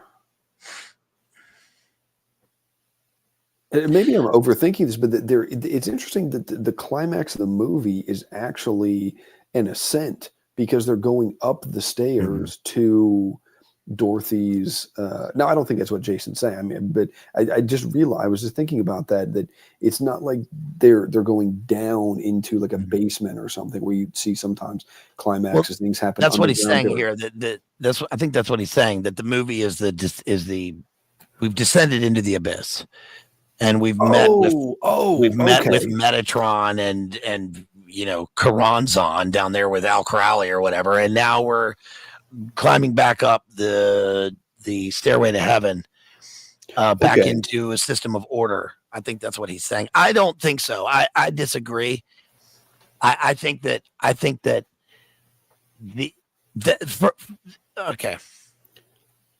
that is certainly true in one instance, and that's true of all of his work. It's true of Firewalk with Me. It's true of Twin Peaks, where when we cross over into the chaotic zone, we somehow have to end up back into Middle Earth, so to speak, right? To mix my metaphors. But the problem for me is that once the person crosses the abyss, there is no going back. There's no, I mean, look, Christ harrows hell and takes the keys of death and comes back into the world for us. But that's it. That's the way it's meant to be. Lazarus goes to hell and comes back and never smiles again. But Christ brings him back. The descent into the abyss in a magical sequence, in a magical sense, with all of David Lynch films have a magical aura to them. Like you were saying with the double film stock, it's like we're watching a film within a film within a film. And we get these layers of identity, which there's no real coming back from. There's no real escape from the labyrinth. Once you're into it, you're only into another labyrinth. Right. And that's the way that I see the Black Lodge and anything having to do with it. You can't go into this zone and have the backwards talking guy and the wood is speaking to you in backmasking, and we're walking into a zone where people willingly went. But there doesn't seem to be an escape. And that's just true on a basic level from the psychosexual trauma that Isabella Rossellini has experienced, being infected with the bacterial poison of all of these characters. There's no going back.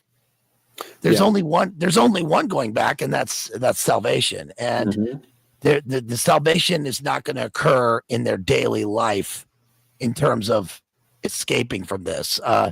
The town's already infected. The people are already corrupt. Ray Manzarek. Tom McLaughlin walked into it. Yeah. Bill Pullman goes into the other zone, and they just end up in another lighter version of hell, it seems. Yeah, and I think that one of the things, one of the issues I think with just to jump ahead to the end, and we can kind of run to the climax or whatever. But anyway, I just want to make the point that the issue that I have is that. And so I get okay. We'll do this. I'll just run through the end real quick, and then I'll make the point I was going to make. I'll try to remember it. Is that so? Jeffrey figures out what's going on. He goes to Dorothy's apartment. He's trying to get in touch with Sandy's dad, the detective, and so he shows up to to Dorothy's apartment, and there's a really creepy scene where the yellow man is standing there, and it looks like he's missing part of his skull or something, and he's just kind of standing there almost as if he's in a daze. And then Dorothy's husband, who we realize to be her husband because one of his ears is missing, is tied to a chair with the same like sash in his mouth that Frank had inserted into Dorothy's during their very horrible, disturbing scene earlier in the movie. And so Jeffrey goes up there. He's on the radio. He gets the yellow man's radio because the yellow man is the detective, right? So he gets the radio and he's saying like, "Hey, get up here, Frank," because he goes to leave, right? And he sees this, what he calls the well-dressed man who he'd seen with the yellow man before, realizes that's Frank in disguise. And so there's a really creepy, I don't know why the shot is so creepy to me, of where Jeffrey's kind of looking like through the stairs between all the rails and everything down the stairs. And then the well-dressed man's face kind of appears just for a second, and he looks up and he sees him. So he runs back up, gets the radio, and then he realizes, because he's telling the detective, he's like, "Hey, come to Dorothy's apartment. And then I'm in her back bedroom." And then he remembers, oh, Frank has a police radio. So he goes and hides in the closet. Yeah. And then Frank shows up and is, looking for him, goes in the back bedroom, starts shooting, can't find him. Then Jeffrey gets this giant revolver that the yellow man had, and he's standing there with like in the closet. Frank finally realizes where he is, and then he blows the back of Frank's head off. He shoots him in the head as soon as he opens the door. And so Frank's dead. Sandy and her dad come through the door of the apartment, and her dad says something, the detective, her dad says something like, "All is right in the world," or something like, "It's all over now," or something to that effect. And then what I was getting at with a second ago is the issue I take with that, not really an issue, but everything, we see this return to this idyllic kind of state. His dad is out of the hospital. His dad is, out of all the medical stuff he had going on. His mom has made lunch and, calls him in for lunch. He's just kind of hanging out on in a lawn chair. His mom and Sandy's mom are in the living room talking. His aunt is, watching the birds out the window. And then there's a scene we didn't mention earlier of where Sandy is talking about this dream she had where these robins come, and it's like this hopeful sort of thing. And then at the end, we see this robin perched on the windowsill with one of those black scarab beetles in its mouth, which I think is supposed to symbolize good triumphing over evil. But anyway, I just say all this to say that what I think the problem is that Jeffrey, he's seen extreme evil of like the worst kind. Yeah. He's sort of been through this experience. He just killed a guy, but he comes out and it's like he's even more sort of idyllic and normal.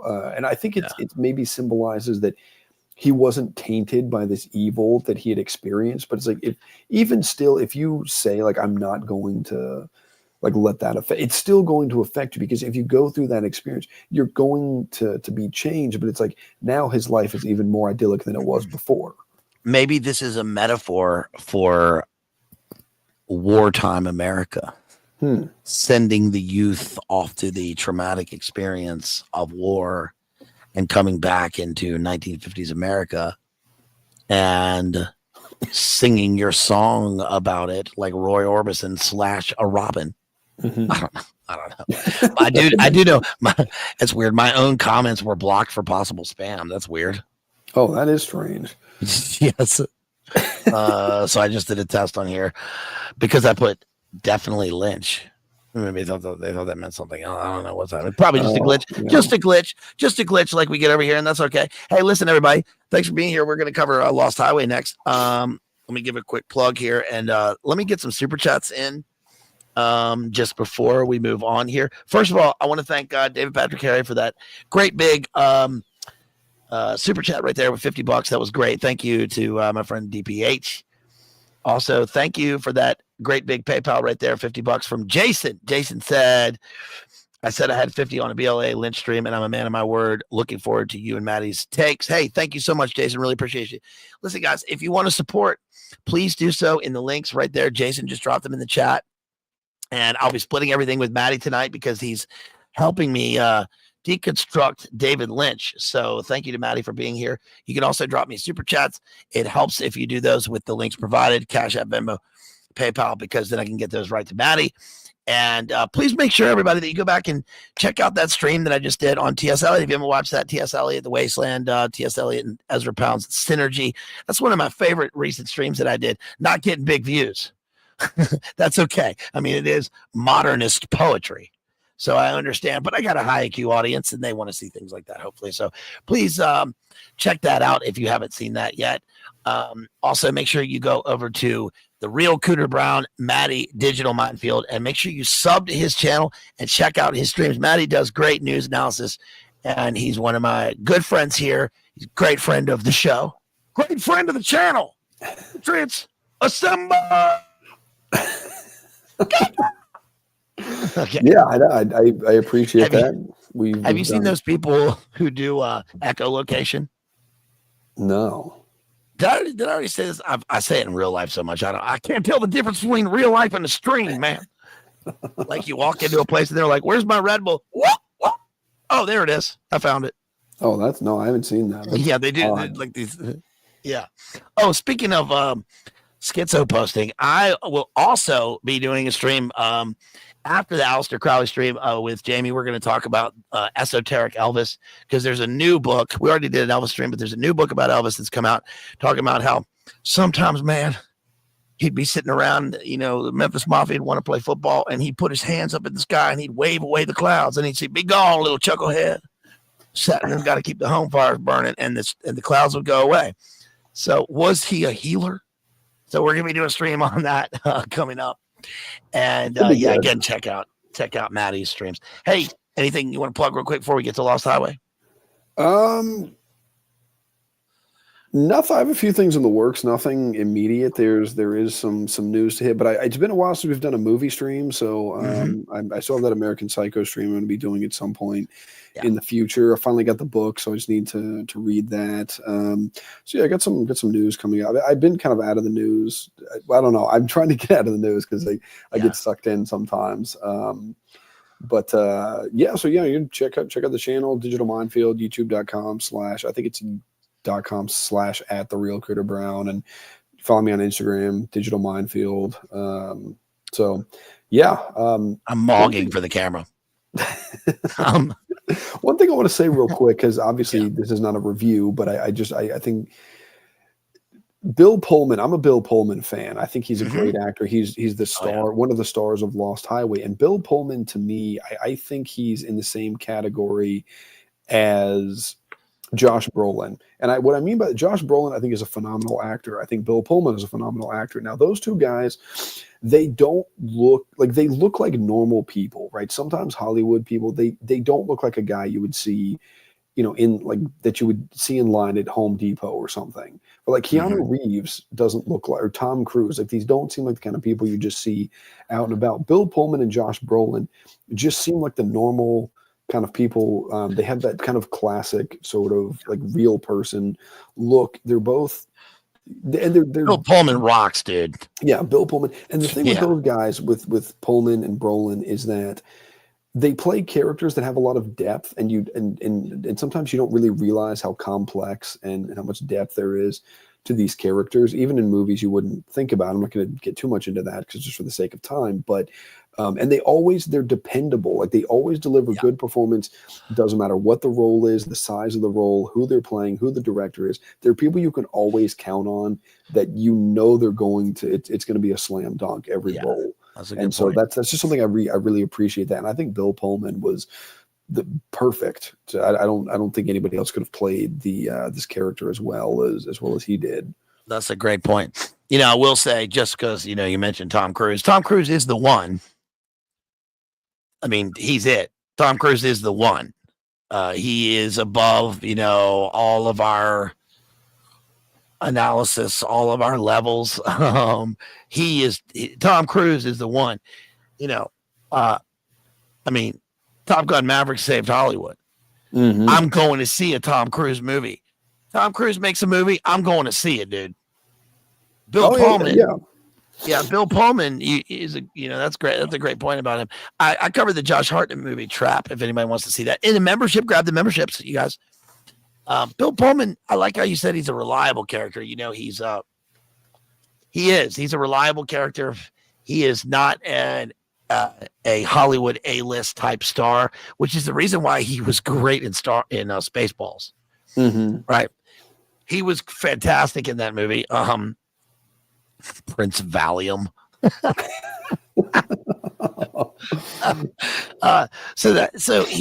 He's what I really liked about Lost Highway is that Bill Pullman looks exactly the part that he's playing. Here's my analogy.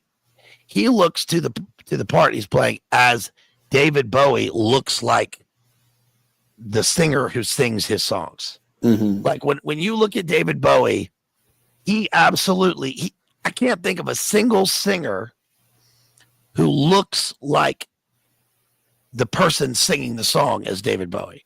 Right. I mean, he talks like he sings. Most people have a different voice when they sing. It's their singing voice. But David Bowie actually sings with his talking voice in the best way. He's fantastic. And the reason I bring that up is because he has the opening song to Lost Highway, I'm Deranged, which is fucking fantastic. It's almost as good as It's Only Forever, Not Long at All, Lost and Lonely. Remember? Labyrinth. David Bowie is, I like David. I'll be covering David Bowie, Jamie, as part of the Al Crowley stream. But it's interesting that the soundtrack to Lost Highway plays a much bigger role than other David Lynch films that I can think of. It's a very 90s film, and it's at this kind of nexus point between 90s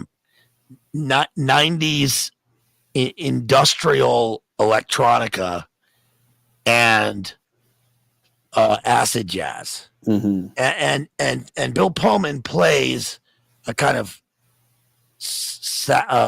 saxophone acid jazz player. Have you ever heard that band Morphine? Yeah, Morphine had that album Cure for Pain. They're very good. The guy passed away, unfortunately. This movie is a bit like, I can imagine David Lynch getting the idea of the film from listening to a David Bowie song and Morphine, the band, and sing and perform.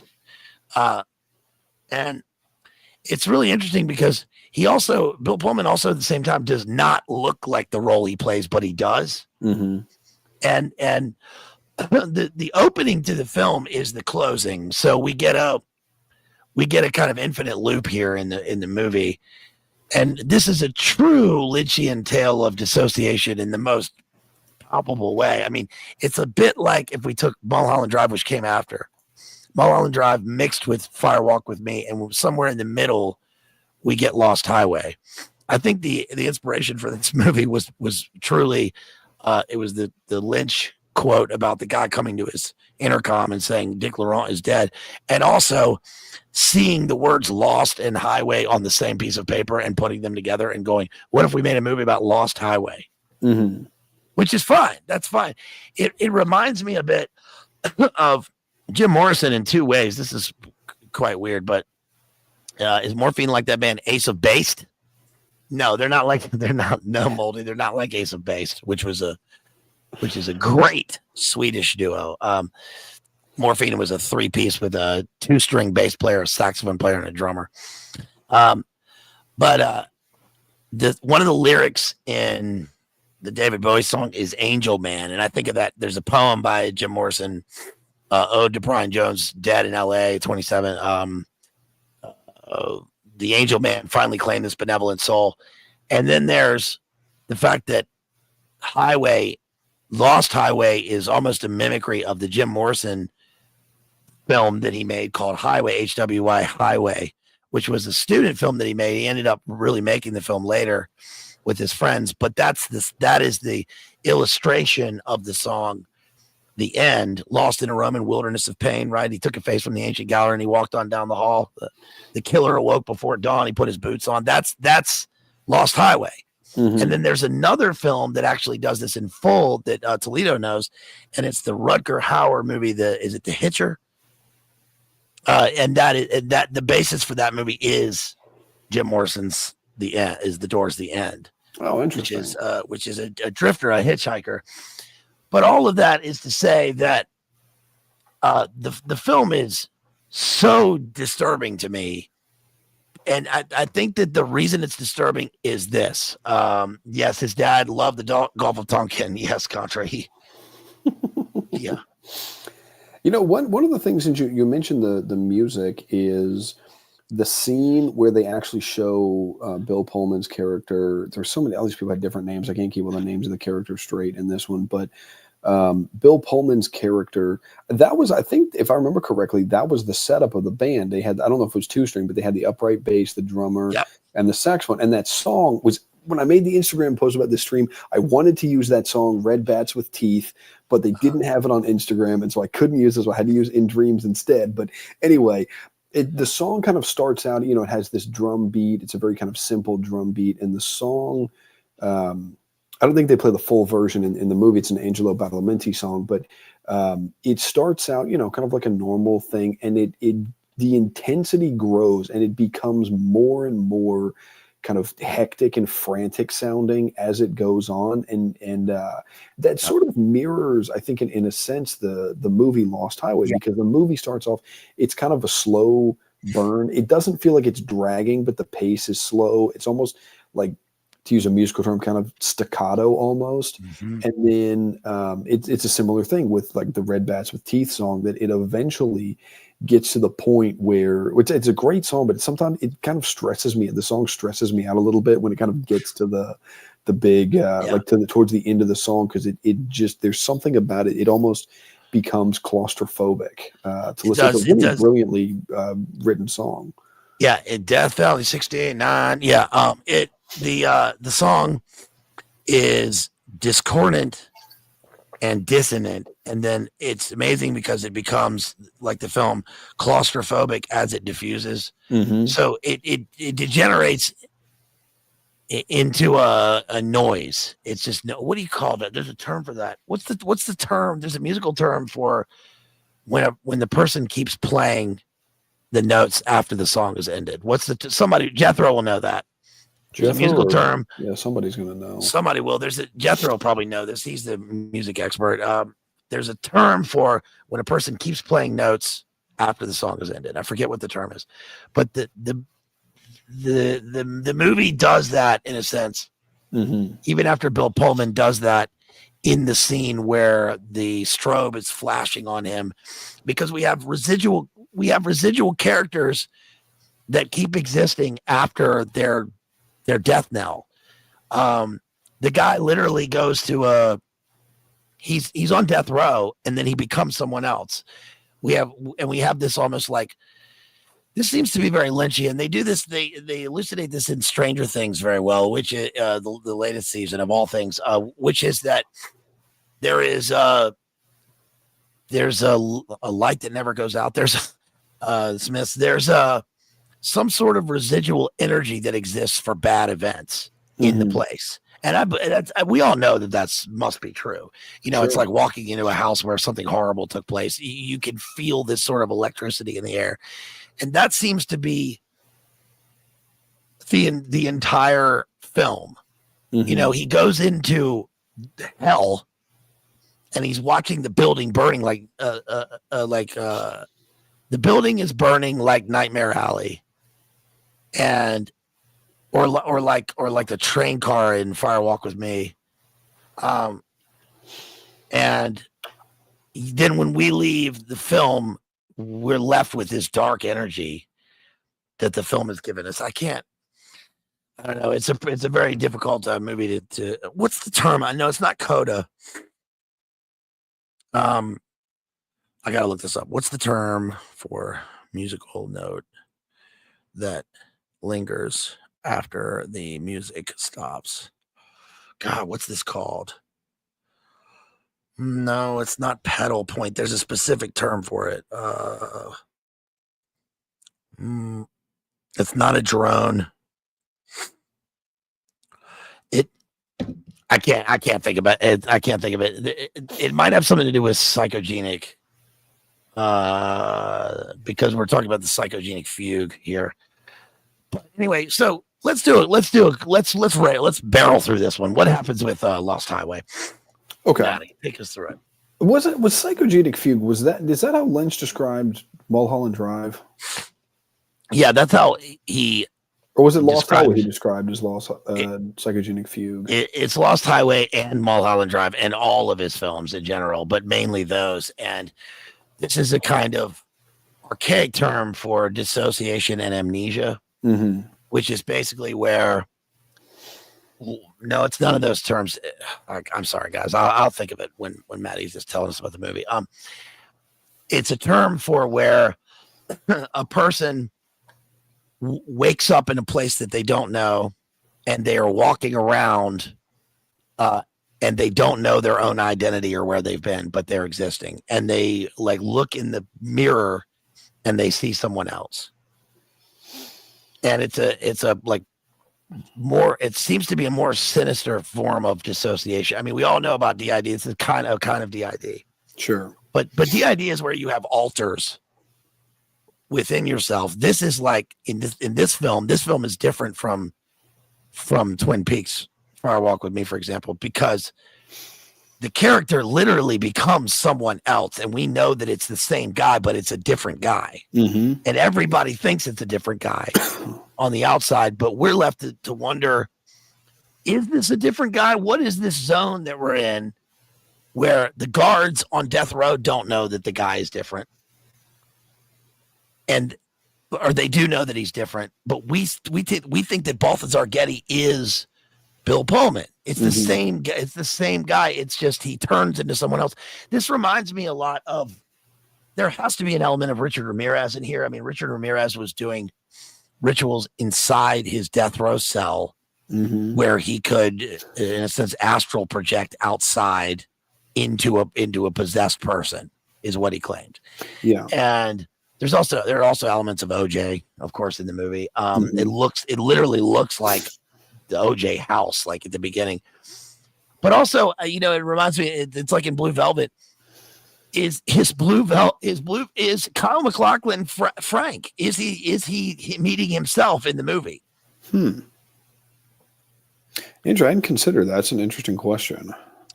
And not just in like a shadow self type of way where he's meeting himself and who he's going to be, but is he literally meeting his doppelganger, but as an older man? In the film. Yeah, that's an interesting question. I don't have to think about that one. Yeah, I don't know. That's I don't. That brings to mind your thesis about Frankenstein. It's not a one-to-one comparison, but I'd never read Frankenstein. With the idea that the monster is Frankenstein. Yeah, which anyway, it just reminded me of that.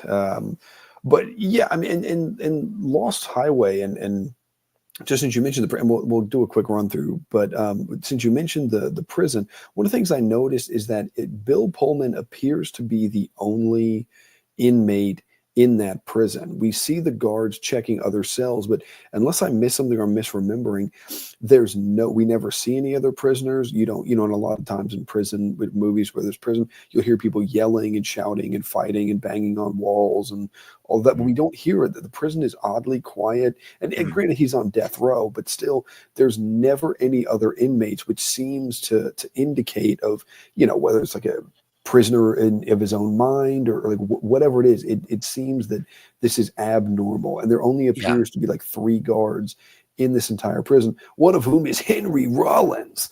That was a terrible Henry Rollins, but yeah.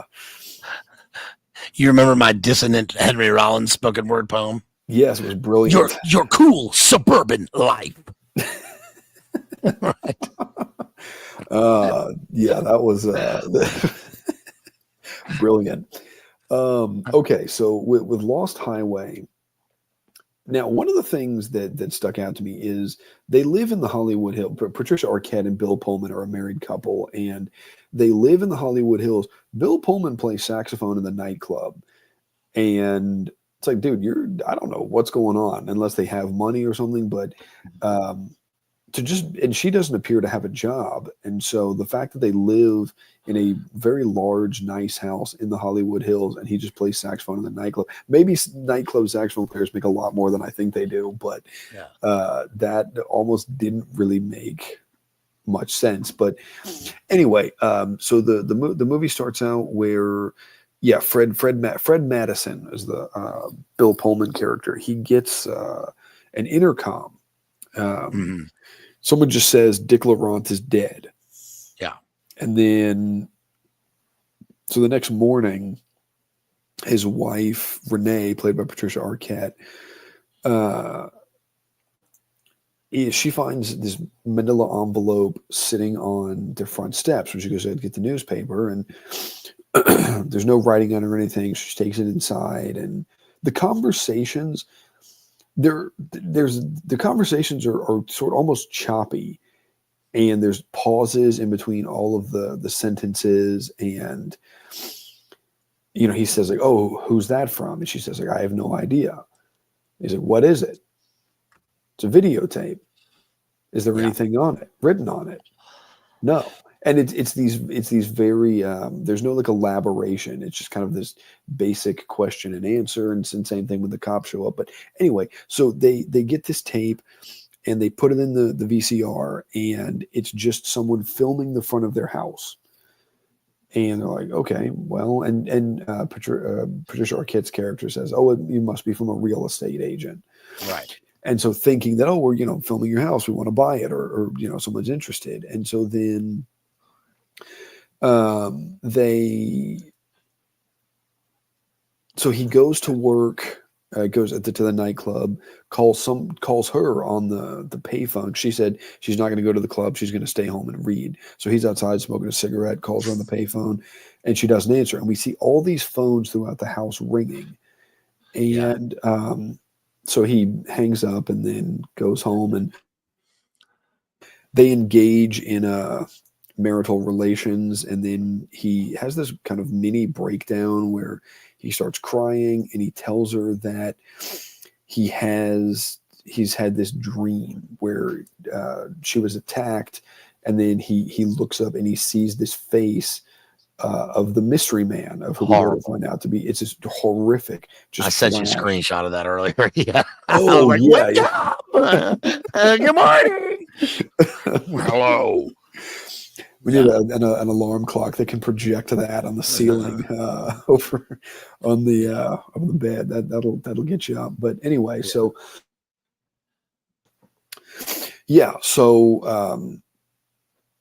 then the next day they get another tape, and it's the same thing. And so they start watching it, same thing, filming the house. And look, if you get a videotape on your front doorstep, don't open that shit. No. Especially now. Yeah. Of VHS, it's going to be horrible. Yeah. Whatever it is not good. Yeah, you're gonna have I mean, I know that Lynch had a thing about camcorders. He was afraid of camcorders, and I can see that. A camcorder, watching a camcorder video, it's so grainy, and it looks like you're in the hell zone. Not when you're watching the Instagram filter of your family events or whatever. I mean, it really is. I think his thing was that a person walking around filming daily life, is intrusive. Yeah, but that's interesting because his movies are about intrusion into the spirit, and it's certainly less. That's certainly dissipated now that everybody films everything all the time. I mean, we carry camcorders around with us all the time. Let me address something real quick. Yeah. What was it? Oh, yeah. No, I still do Boiler Room. I haven't done Boiler Room in a minute. Things have come up in everybody's lives, and so I haven't done it in a minute. But yeah, shouts out to Hasher, shouts out to Spore and Ruckus and everybody over there. Boiler Room, good friends of mine. Love them. Everybody should be watching Boiler Room every Thursday night or when it's aired, because people have lives and they have to do stuff. But also watch Boiler Room. Go to Alternate Current Radio. Sometimes the Boiler Room gang, Social Rejects Club, put it up on a Thursday. Other times it goes on other nights. And I'll be happy to get back there. And shouts out to them because they're good friends. Love Boiler Room crew. Love Hasher. Love Spore. Love everybody over there. Big love to them. And also, the term is not diminuendo. People are looking for this term. It's not diminuendo. It's not contrapunto. It's not any of these. Here, I thought of a great example of this. The term this is a specific musical term for when the music is playing, the song ends, and somebody keeps playing or holds a note after the song ends. It's not coda. A great example of this would be like, do you remember in Back to the Future when Michael J. Fox is playing Johnny Be Good, the song ends, everybody stops playing, and he keeps playing. And he doesn't know that they've stopped playing, and he keeps playing. There's a specific term for this. I can't remember what it is. Somebody will come up with it. But the reason I brought it up is because it relates to the fugue state in David Lynch movies and how there's a residual energy that exists after the crossover, and the feeling that it leaves you afterwards. I can't remember what it is. Now it's going to drive everybody insane. Yeah, I don't know. I know what you're talking about. I don't know the term. Damn it. But yeah, shout out to Boiler. Real quick on Boiler Room. If y'all have been longtime Boiler Room listeners like me, then actually no, I'm not going to get into that. There was a certain thing that happened where people wanted you to have a certain thing showing that you'd had a certain thing done so you could do things. Well, if you would listen to Boiler Room, you would know that a few years before any of that rolled out, that they were talking about, oh, hey, did you know that there's this thing people want you to have on your phone that shows that you've had certain things done so that you can go places and do things. So that's how I knew. That's how I knew, was that when this rolls out that's what's going on here, is because I listened to Boiler Room. So yes, shout out to Hesher. Hopefully we're going to be doing some things with him soon. We'll see. Talked about it, but anyway, so to get to Lost Highway, back to Lost Highway. So then the footage starts with the same thing, filming the front of the house, and Patricia Arquette says, oh, it's the same thing as before. It's the same video. And then Fred is like, no, it's not. And then we see this, it follows this grainy footage that goes, because then we see the front door is slightly open, and this camera, we don't see who's filming, we just see this camera going into the house and following along, and it's like the person filming knows where to go. It's not like I'm wandering around trying to figure out where to go. No, this is filming, goes straight to their bedroom and is just filming them in their bed while they're asleep. And so then they call the cops, and the cops are just kind of like, they're whatever. There's not really a whole lot, because originally initially they're not even going to come out because she's calling them on the phone. There's a lot of instances of where we see this Patricia Arquette character on the phone talking to people. And so and she said something, we can't hear what the operator is saying, but she said something like, or like they were filming us in our house, like in our bed while we were asleep. And so then the cops come out and they kind of look around and. Found it. Oh, what is it? I'm sorry, I found it. Yeah, Mojo. I think fermata is the term. Yeah, that's got to be it. Great job, Mojo. It's a fermata, a note that's held longer than it should be. Okay, fermata. Yeah, shout out to Mojo. Yeah, nice. Good find. Nice. No, Matty, keep going because you're breaking down the fucking psych. It's so look, man. I don't know why I'm so easily disturbed by this stuff. Like, it's so creepy to me that you receive a videotape of yourself sleeping in your house is about one of the worst possible things that you can get. I mean, that's real Charlie Manson creepy crawly territory. That's as bad as waking up and there's somebody standing at the foot of your bed, or waking up and there's somebody in the window looking at you. I mean, the Mossberg is going off. Oh yeah. Fuck. Yeah, I mean that is hit that switch. Yeah. I don't know if I can think anything of more, because it's even worse. Because if somebody's standing at your window, you can go all Frank Reynolds on them, like, so anyway, I started blasting, right? Yeah. But if someone puts it on your front steps, here's a video of me going in your house filming you while you're asleep. That is like truly. So maybe I was wrong. Maybe that is terrifying. Yeah. The thought of that happening. And not even that, the person knowing where to go, knowing where your bedroom is. It's not like, let me check all these doors, seeing which one. It's like, no, I'm going to go in. I'm going to go straight to your room. Yeah. Fine Laura brings this up. This is the same idea in the movie Cache, which is a very good movie, a terrifying movie. The same thing occurs with the videotape. Remember, this is also the MO of the Tooth Fairy in Manhunter. Right, in the book, I covered the book Red Dragon. Please go watch my Red Dragon book analysis and my Manhunter film analysis. Manhunter, great film. But that's one of the things he does is he has remember the detective sitting around saying you're watching them. You were watching them. You were inside the house. He's videotaping them inside the house, and this forms a film reel for the film reel inside of his head, replacing their eyes with mirror shards. You're changing. He's part of a great becoming. Anybody talking like that also if you meet Robert, R.I.P. Robert Blake passed away. Robert Blake from Beretta is so perfect in this movie as a total. He's Satan in the movie. I mean, he's got to be. He's a devil. He's certainly some sort of ghoulish devil creature in the movie. And what's wild about the movie is that life imitates art. And Blake had this famous case, right, involving his wife after the movie was made. If you guys don't know about Robert Blake, right? Do you remember this, Matty? Yeah. His wife was in the car. I think he claimed that she fell on some bullets. And then he was exonerated. But it was weird because there was no DNA linking him to it, and he was cleared by a jury of his peers like Orenthal James Simpson.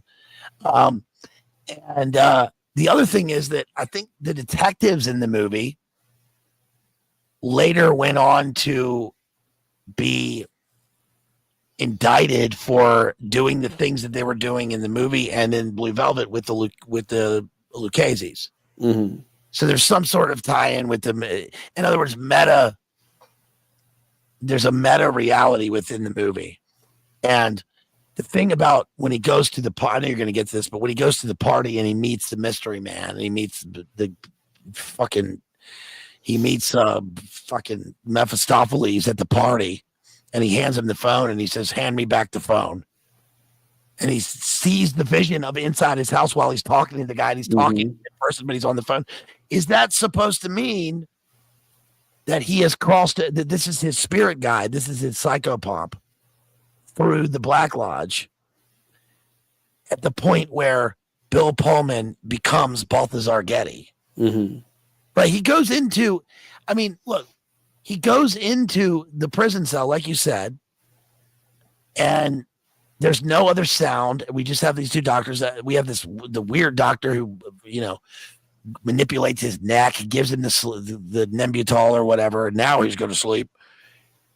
And then he looks up and his face fucking flashes real fast, like he's dissociating, but like he's going through another, like he's disembodying. And he wakes up as Balthazar Getty in the prison cell. Right. Now he becomes the favorite of Robert Loggia. R as in Robert Loggia. O as in, oh my gosh, it's Robert Loggia. B as in, by golly, it's Robert Loggia. Who, by the way, is making 8mm films with Marilyn Manson. That was the best part of the movie, is when Marilyn Manson gets with shot. Rammstein. Yeah, with Rammstein. I can't stand Marilyn Manson. So whenever he got capped, I was like, yeah, that's what's up. But no, one of the things, we'll get to this, like you said, in a minute, but I mean, I think it's worth mentioning since you brought up this interdimensional goblin, the mystery man, is that this is something that jumped out at me as soon as he said this, is that he says something like I do not go where I am not wanted. And that is like classic demon kind of thing. And not to get like freak everybody out, I'm not trying to like freak people out or you get too dark or anything, but that is, you have to give, permission to the demon. And that could be as simple as something, being tempted to sin in a certain way. And then if you indulge that, it was not to say you're going to get possessed because, you did something you shouldn't necessarily, but I just mean that that there's an understanding. I think he is a demon figure in that, that there's some kind of opening there. And he was invited in. And so when he says, I don't go where I'm not wanted or I'm not welcome or something to that I think that's indication that he is a demon because assent was given to enter, whether that means he's entering Bill Pullman or whatever it is. I think in a sense, he's kind of entering Bill Pullman. And one of the things I actually really like about this movie is that there is no backstory. We don't know anything about these characters. We're just dropped into this story. We don't know how long they've been married. We don't know where they came from. We don't know how they got to where they are. It's just, here are these characters. Here's their lives, and here's what happens to them. So you're sort of following along as it's happening. There's no backstory at all. We don't know anything about any of these characters, and I think that actually works well. From a viewer standpoint, I think it was well done. Sometimes that's done and it feels sloppy and lazy, and but I think in the case of Lost Highway, I think Lynch really pulled that off well. I think so too. However, his movies are often described as oblique, and the problem for me is that I don't know. It's not that they're so dark. It's not that they're so symbol laden. It's not that there's dissociation. It's that sometimes, okay, bear with me here, fans of David Lynch, which is great. Sometimes I feel like I think that David Lynch movies run like student films for an 8-year-old who's been given a camera and an idea for a movie and no rules. And I know that that's part of his movies, that he is for pushing boundaries. But the problem is when the boundaries completely disappear and we have the boundary between waking life and dreamscape dissipated, and then we have another boundary which is superimposed, which is the boundary between the Black Lodge and the White Lodge, for example, which is clear in Twin Peaks, but still a bit oblique, I guess. Somehow that both things exist. Then I lose the sense of the temporal in such a way that I can't get my bearings at all in the film, and and it's not that I lose interest, it's just that I stop caring, and that I think, is this a joke? Is he trolling me? is this a big fucking joke where I'm the butt of the joke for watching this? Do you know what I'm saying? Like if anybody's ever seen The Discreet Charm of the Bourgeoisie, or you've seen Un Chien Andalou, the Andalusian Dog, the Salvador Dali Buñuel films, the surrealist films, the one where they're cutting the eyeball with the razor blade. The point is that is not only like Andre, I did a whole stream on surrealism and the occult manifesto dealing with surrealism. It's not just that we're in a dream world full of chaos. It's also that the world is wild and wacky, and that violence and life coexist in a way where there's no more meaning. But if there's no more meaning, then why do I bother watching the thing? Is my point. And Lost Highway is watchable and it is compelling, but it's mainly because of the characters. Like you said, there's no character development that we don't go in with any exposition, and that's great. That's like fresh in a movie. That's edgy.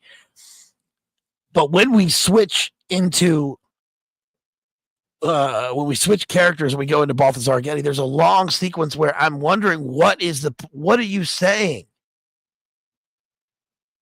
And I don't think it's past my mind to comprehend it. I just think that at times it lacks substance. We go so far into feeling the jigsaw is having taken place, and the labyrinth exists and the dream world exists, that I wonder how I'm supposed to make my way back out of the maze, and why I care about the people who willingly walked into it. Right. And it'd be one thing if it was just Lost Highway or just Blue Velvet, but it's the whole film works that way with Lynch. Now a lot of people talk about the straight story, being a complete antithesis to this, and I get it. But like, for example, Lynch's Dune, to me, hear me out. Lynch's Dune is not good. And I can see how people watch it and they like it. I do see that. But in my opinion, dealing with film, it's horrendous. It's not good. It does give us an indication. I mean, it does fit with the narrative of Dune in a lot of ways, and it matches the kind of chaos, but the body horror overwhelms the film. And when I think of Lynch's Dune, all I can think of is like Sylvia Plath mentions, dark hooks. All I can think of is hooks in skin and splotchy blood flying like plasma. And that isn't matched in the rest of what Dune is supposed to be. So it's almost like you've given a guy control of a major project, but you haven't reeled him in enough to have something cohesive in it. David Lynch was offered like Empire Strikes Back or something like that. And people often wonder, like, well, where would it have gone if it were David Lynch? Well, I'm sure it would have been interesting, just like Jodorowsky, directing a film. But interesting doesn't do enough with the film to make it worthwhile. Yeah. It just doesn't. Yeah, I think if I had one critique of Lynch, it's that he tends to be self-indulgent as a filmmaker. And I mean, some of these scenes where was it the scene in, I think it was one in Blue Velvet, where they're at the party and Sandy and Jeffrey are dancing, and it's like, do we really? I think that whole scene of them kissing was like a minute and a half or something, and it's like, we don't need that. Like, we get it, they're in love, and they're probably going to get married and have a family and do their whole thing. Like, we understand, we don't need a minute and a half of them kissing in the middle of a house party. It's like that kind of stuff that, and yeah, I mean, it can, I definitely agree with the, you can kind of start to wonder of like, why do I care about these people?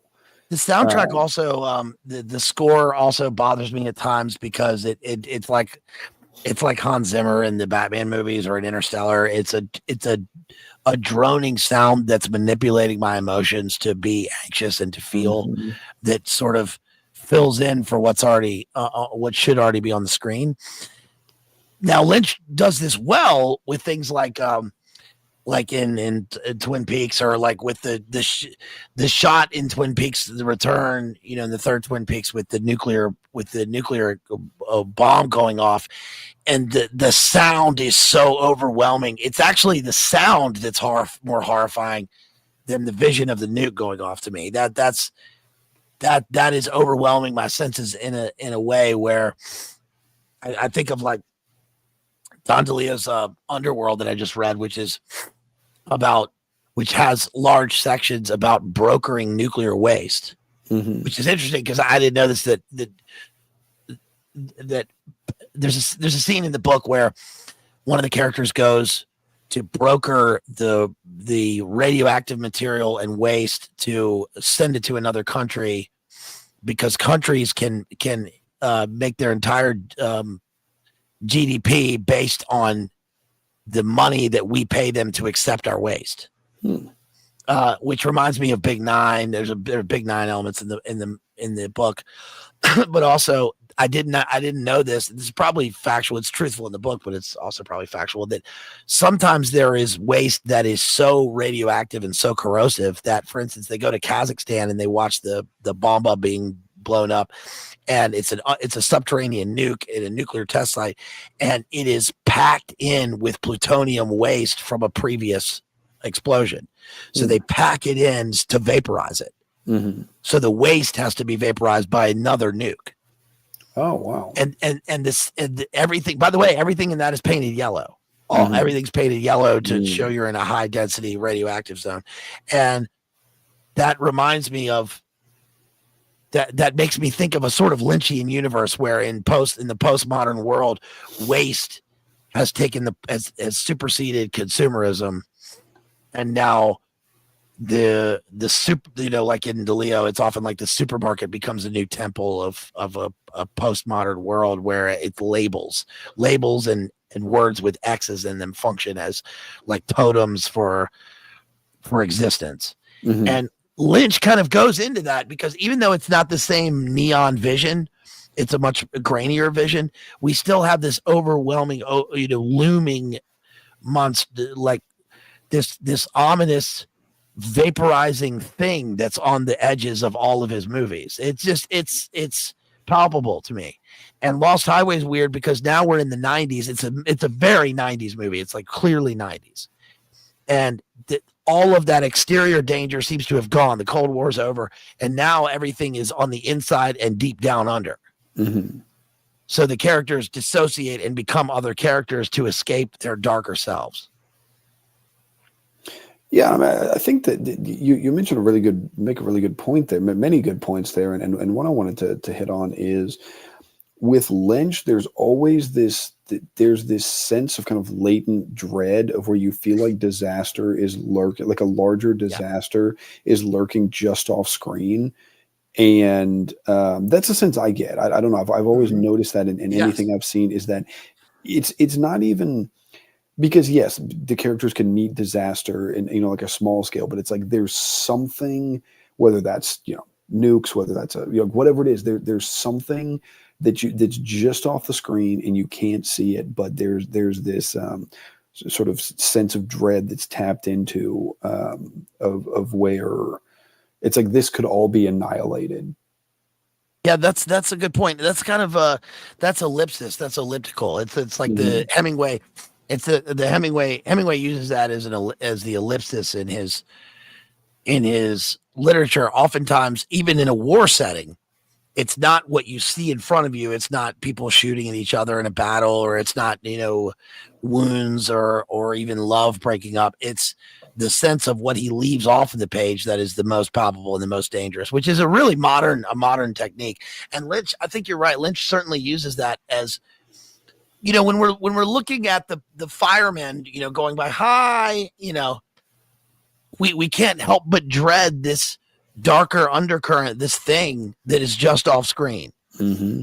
And I don't know if that's cheap, if it's because of Lynch and what we know about his films, or if it's because of what we learned about America and the world and, everything we're barraged with in the media, or what it is, but it's some sort of psychic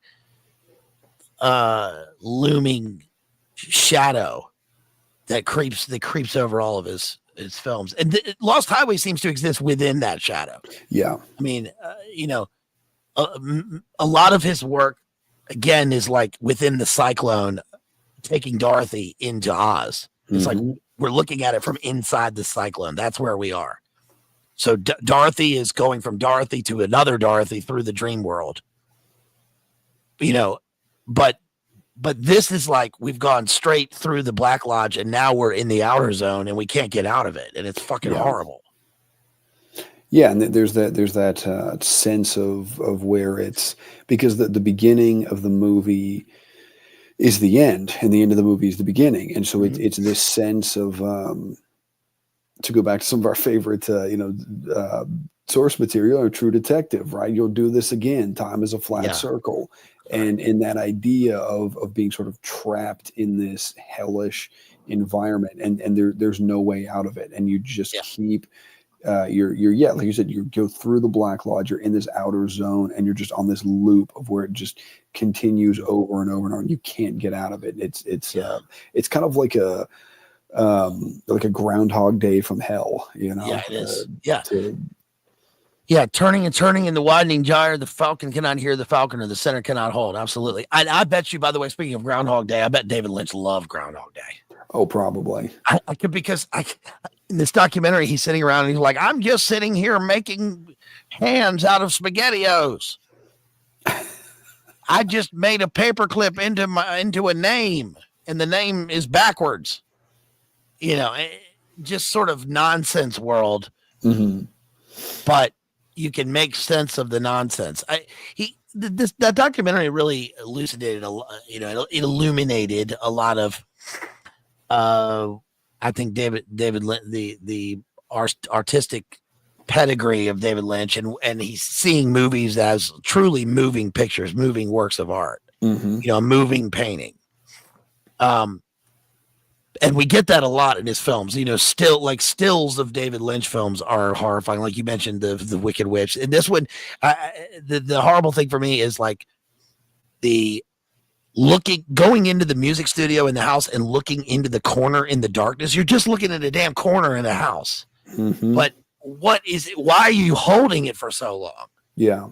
It's for and then when we get this sun-soaked atmosphere, like in Fire Walk with Me, like they go to the diner and the girl comes outside and she has the food or whatever, and it's like, but then the old woman and the fucking kid with the thing on his face comes out with the tree, and so it's no longer what we see, what we infer about the dark underbelly. Now it's just right here. He sees people, and the people have this on the outside. And that's something to be said, I think, for Lynch, but I just can't take so much of it. Yeah. I mean, it's something I'm not going to sit and, watch his movies every day or anything, but I mean, one of the things with like the Wicked Witch creature behind the dumpster, one of the things that makes that so jarring and so unsettling is that, we're all used to, maybe not used to because I don't watch these movies, but it's like we've all seen at least the trailers or whatever for like Paranormal Activity, like, oh, this thing's going, bump in the dark or whatever, or oh, this curtain moves on its own in the dark, and that's great. It's like this thing, it's broad daylight when they go out to the dumpster, and that contrast, like that's what makes it. Also, real quick, this video got taken down from YouTube, but someone made an edit of that diner scene where it went through the whole diner scene, and then so they go down to the like back that wall behind the dumpster, and it comes time for the Wicked Witch monster thing to pop out,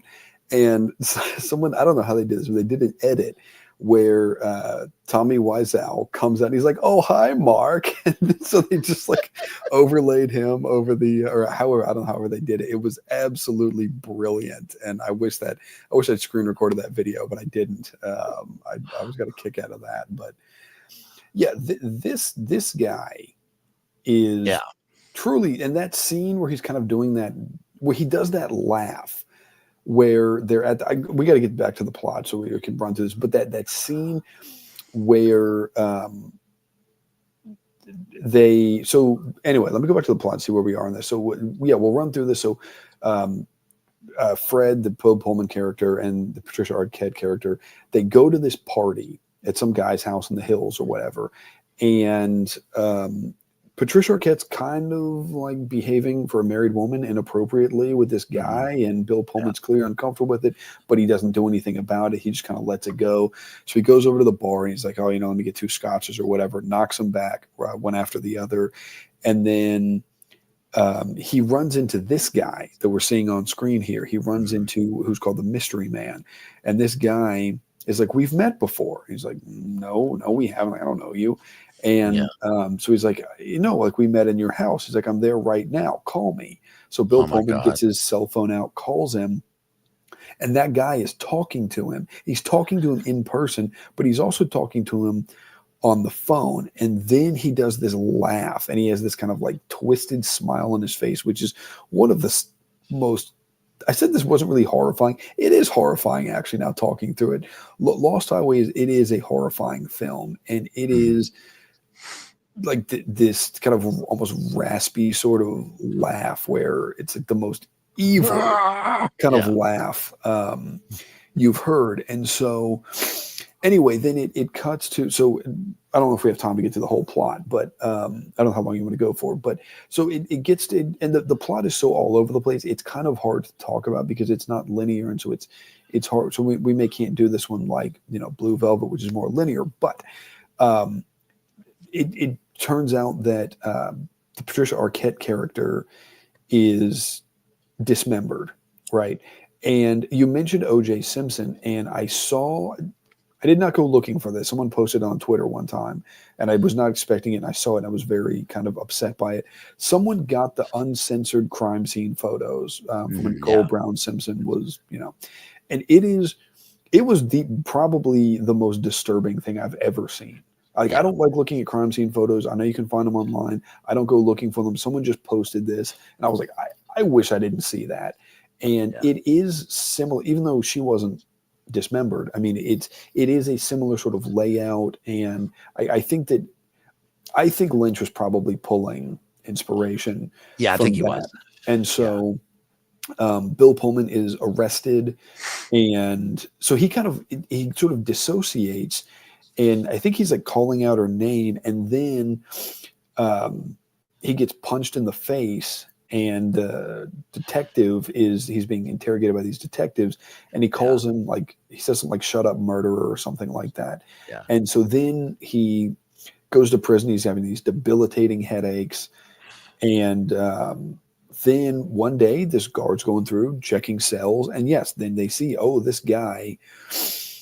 This is Fred, whatever his name is, cell, but this is not Fred. It's this 24-year-old kid who had done a year on probation when he was 19 for stealing a car. And so they let him out to his parents, his dad, played by Gary Busey. And so he gets released to them. I'm going to go out with these guys. I think that'll do you some good. And so then... Pete is the Balthazar Getty character. And so Pete, he works in an auto shop, and one of his clients, the guy who owns the shop, is Richard Pryor. And so he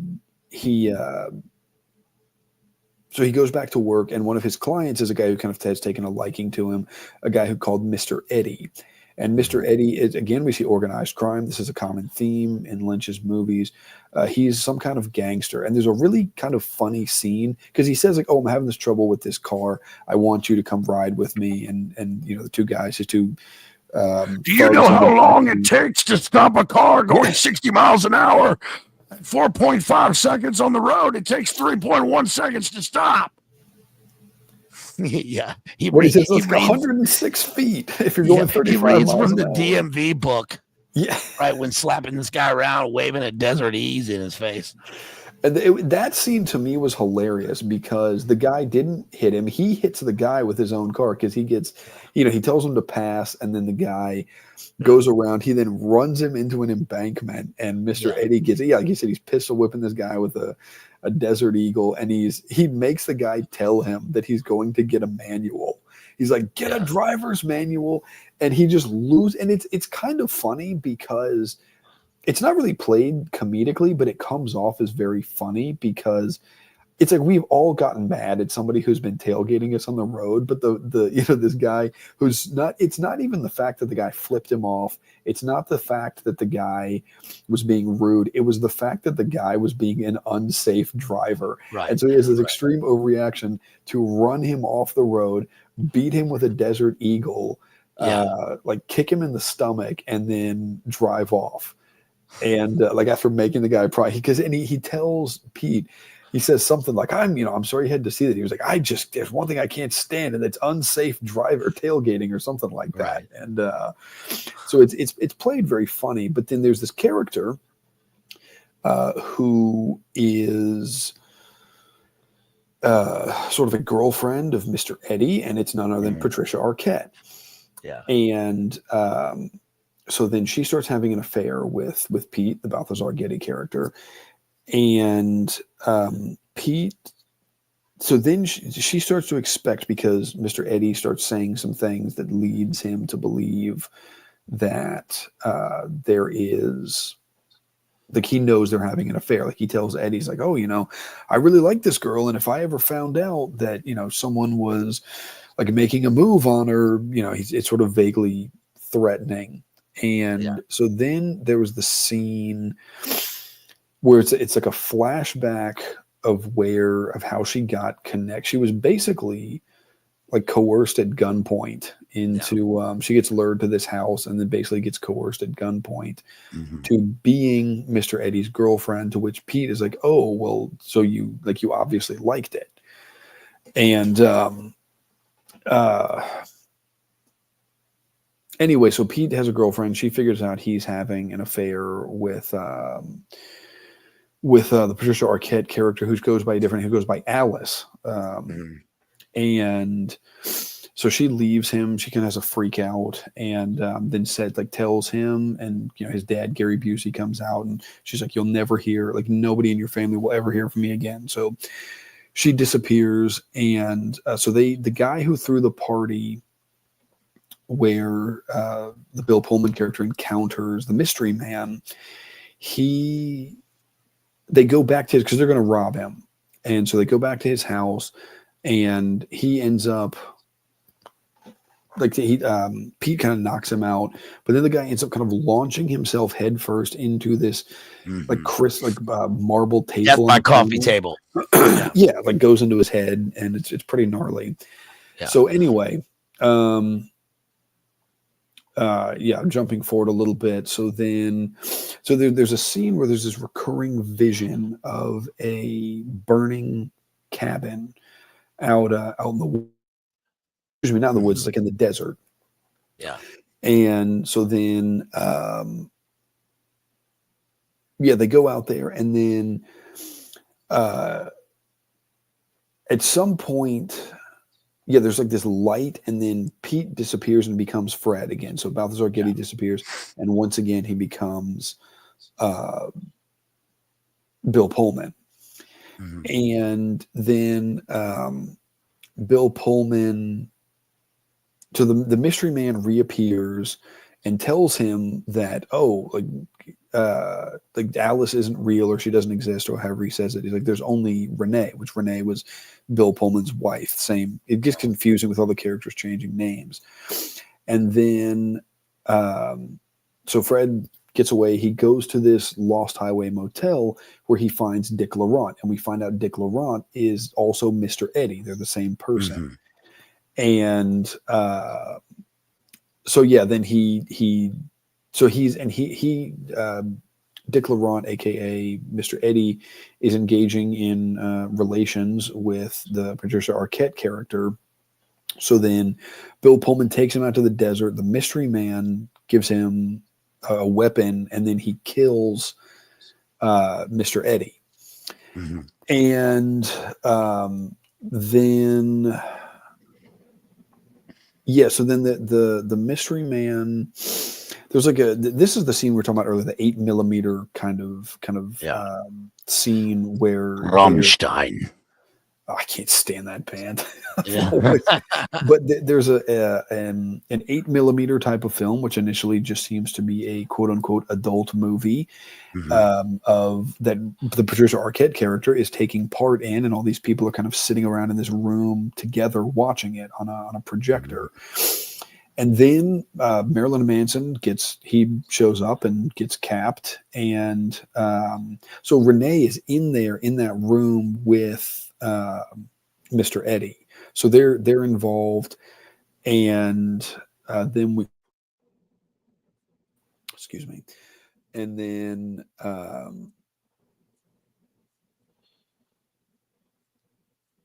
It's yeah, so clearly it's clearly an 8mm situation, right? yeah, Even though they don't show that on the screen, we're supposed to assume that. He does get Marilyn Manson gets capped, but there's clearly it. It's the black and white aspect of it too leads me to think that. It's so. Again, it's what's left off of the screen. Yeah. Right. Also, the fact that Bill Pullman was Bill Pullman impotent in the movie? I don't think so. Like, Maybe, remember, she says, know. like, she taps him on the back and she says, like, that's okay, honey, or something next time. Oh, and then maybe so. So when he becomes Balthazar Getty, he's clearly like a version of himself that he wants to be. Mm-hmm. He's like a mechanic. He works with his hands. He can fix an engine. He can fix his inner engine. He can fix his speed. He's more dangerous. He has friends that he's going out with. There's multiple women. He has multiple women. He's Balthazar Getty. Mm-hmm. Balthazar Getty, people, by the way, for the folks that know, Balthazar Getty is the son of John Paul Getty III, the one who was kidnapped. Remember his great granddad was John Paul Getty of Getty Oil, the Getty fortune. And John Paul Getty III was the one who was kidnapped in the 70s. And John Paul Getty was, remember John Paul Getty said, whatever, not going to pay it. Did Matty freeze? Matty froze. He'll come back in, I'm sure. Maybe there's something wrong. But my also, we've had some problems we've had some problems on the back end here. I don't know what's going on, but I think Matty froze. But anyway, Matty, if you can hear me, go out and come back in. Yeah, we're excellent. We should be rolling. So he probably just Matty's gone. He'll come back in a second. But yeah, he's the son of he's a Getty Illuminate confirm. So which adds another meta element to the thing. Yeah, Matty froze. I should be good. Can you guys got me? Give me a thumbs up if you can see me. And by the way, when Matty's coming in, he lost internet. That's okay. That's okay, because there's something going on, because my thing dropped earlier and it said out of memory, and I just had to pop it back up and reload it. So that was weird. And also it knocked out my own comments earlier. So it's just the cyber polygon happening.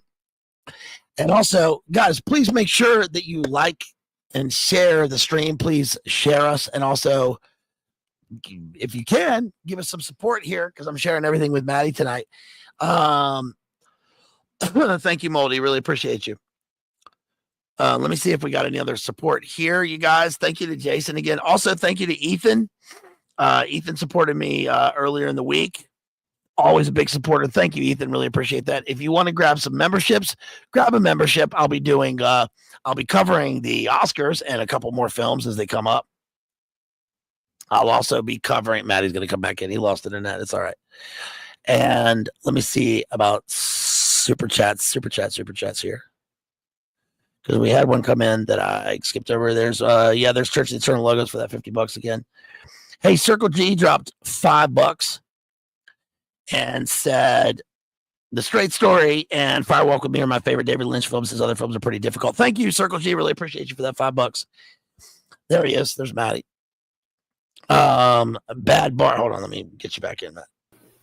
There you go. Bad Bart said, dropped $10 and said, 100% agree with you, BLA. So glad to hear this analysis of Lynch. Hey, thanks, Bad Bart, for that super $10 super chat. Thank you so much. You guys, if you want to support, again, we're splitting tonight. So help me and help Matty me out with this analysis. Thank you to Matty for being here, for helping me with this.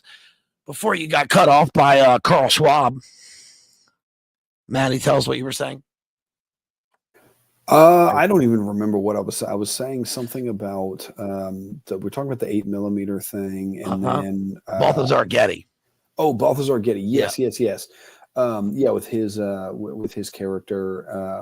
And yeah, I mean, this guy's, he's hanging out with gangsters. He's not part of what they're doing, but they like him, and they'll take him out in fancy cars, like riding around with him. And so, yeah, he has this kind of life, that I think Bill Pullman wants. And so anyway, so the movie starts with this sort of chaotic, jostling car ride through the desert. Which sort is of terrifying. see the headlights, and that's basically how it ends, because Fred the Bill Pullman character goes back home. And he says, Dick Laurent is dead. Right. And so then the detective, so the detectives, whether they are, show up. And then that's when he goes off on this. And these people are following him like throughout the movie. They're like doing surveillance and like a stakeout kind of thing. So he's clearly, there's like the Balthazar Getty character. They're sitting at, where they're like sitting outside the car repair shop, and they're watching they kind of have this back and forth. But anyway, so he takes off on this running from the cops, and it sort of circles back to that. The juice is loose. Yeah, right. It circles back to that opening sequence, and we don't. The thing is, we don't know what happens, and so I think, like I was saying earlier, it's that idea of, he's sort of trapped in this hellish loop where it's just the same thing over and over, and he can't get out of it. So we don't know, like, did he crash? Did the cops shoot him? Like, I don't know. It's left open. But again, I do think that the movie is supposed to be, you could theoretically watch it on repeat, and that would be what's happening in that world. That's an interesting. Maybe Kyle MacLachlan is Curious George. That's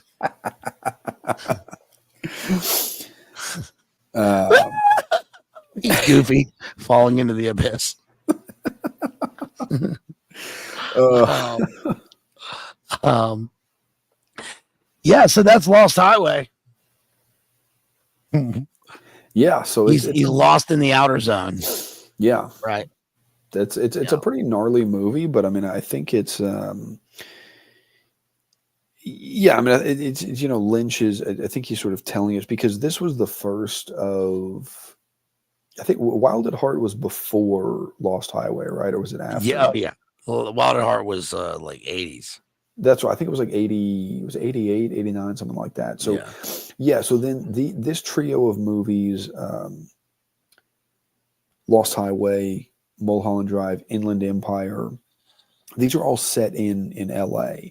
And so it's sort of the belly of the beast, if you will. And I think Lynch is kind of, with Twin Peaks, like showing us this sort of spiritual reality of how these, demons feed off of people's pain and fear and horror and suffering. And, I think with this, like what we see with these sort of demon characters, and Lost Highway, I think, is a movie. I only watched it the one time. I think I would have to watch it a few more times to really get a fuller picture of it. But I think it functions in a similar way to kind of show, hey, this is what this world is like. These are the kind of people who populate it. These really seedy, the characters aren't evil. I mean, the mystery man, I think, is truly an evil character, even though he directly doesn't really do. He's certainly some sort of entity, like Bob is. I mean, right. like we were saying, different from the Dennis Hopper character for sure. Yeah. I know that in the documentary, David Lynch talks about how his dad. So Lynch was living in Alexandria, and his dad was working in DC. He was some sort of contractor, and then later on, when he was in Philly, he was doing art, and he had the studio, and then he got a grant for his first film, which was basically a surrealist moving painting, and he had his girlfriend involved, and then his dad said he was coming up to visit, so he said, "Oh no, I have to. This apartment sucks." So his dad came to visit, and he was showing his dad all of his art. And he turned around and he said that he saw his father's pained expression on his face.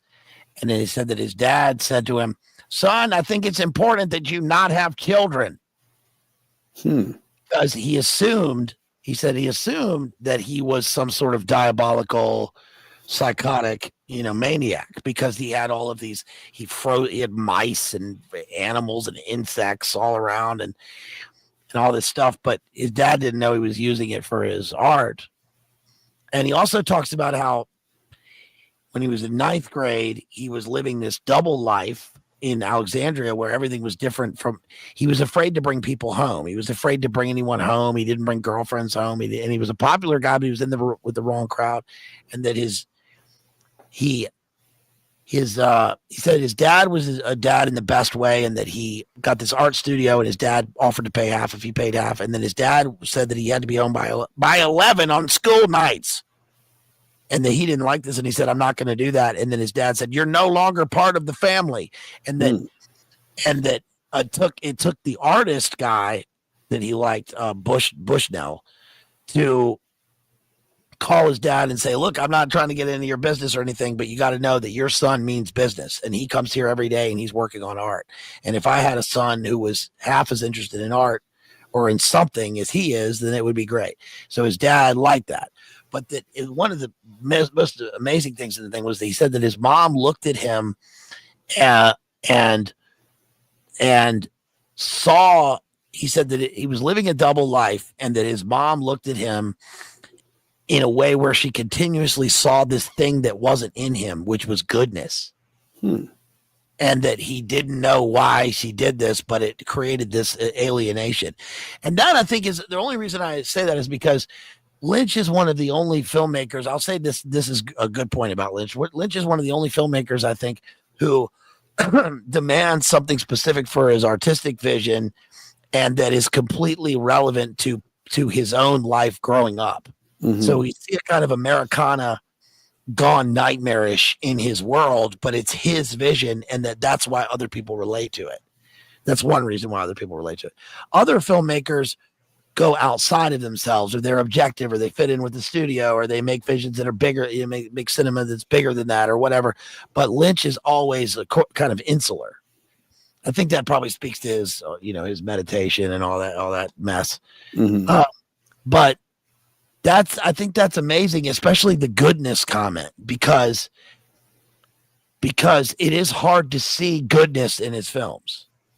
At least that's the way I feel. There's very little uplifting or good. The good is inverted into the bad. We see these two worlds coexisting, and the double life is replete throughout his films. There's a double life within characters. Banhammer says, "Watching Lynch is like West Side Story without the songs." That's an interesting comment, actually. Good point. I get your comment. West Side Story probably 250s and urban for him. But I see what you mean. Lynch, there's another comment he makes, which is, I'm just remembering all these things about it. He said he went to go see Bob Dylan. I've done a bunch of Bob Dylan stuff recently, and he saw Bob Dylan on stage, and he said, "I can't believe how small he is. His jeans are this big. He's so small." And he said he left the concert, and somebody stopped him and said, "Nobody walks out on Bob Dylan." And he said, "Get the fuck out of my way. I walk out on Bob Dylan." Based. It's just pretty based, actually. That's pretty awesome. But all that being said, I'm not a fan of David Lynch. I don't think it really matters.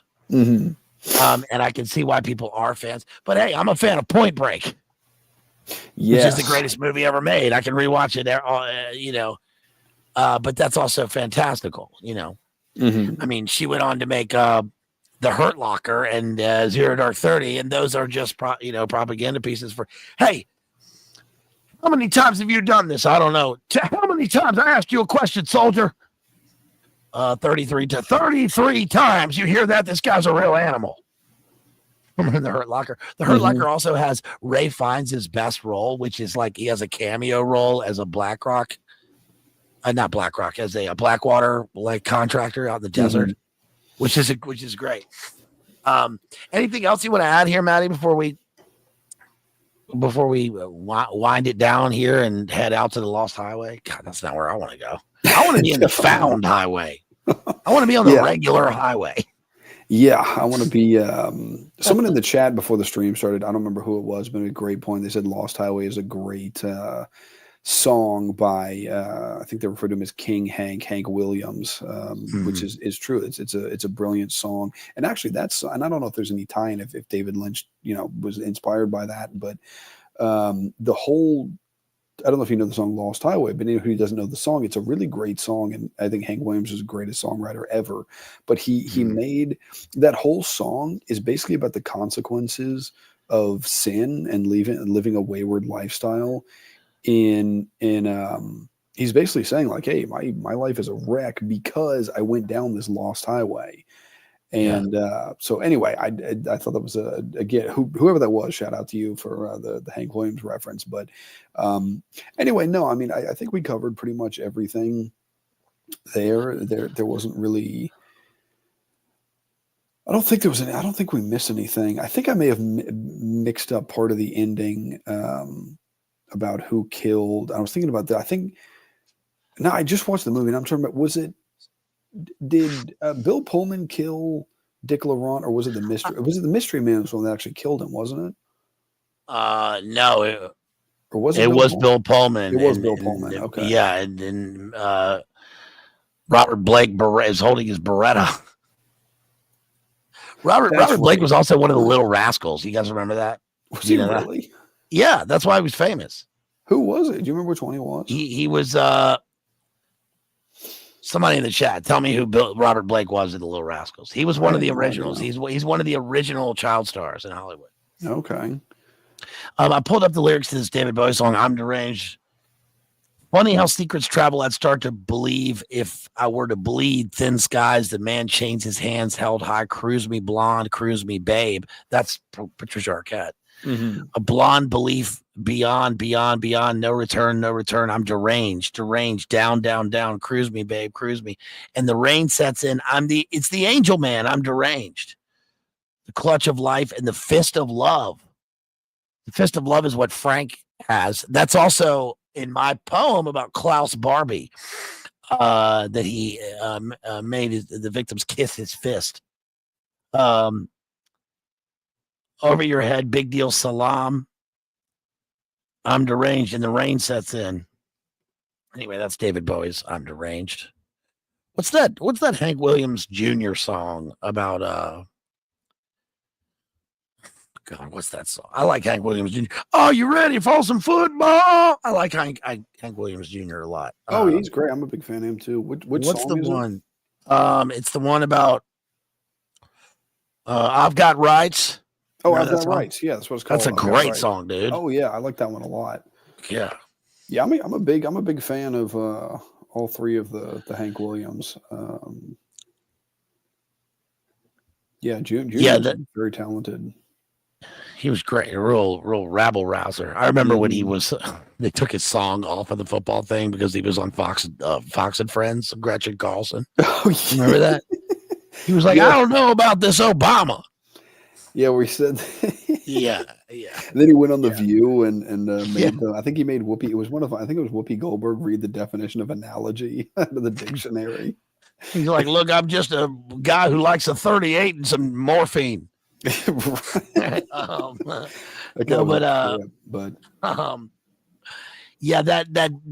David Bowie song is from the mid to late 90s when he was doing a lot of electronica, and David Bowie had always had an electronic bent. I mean, Brian Eno and Station to Station, from Catha to Malkuth.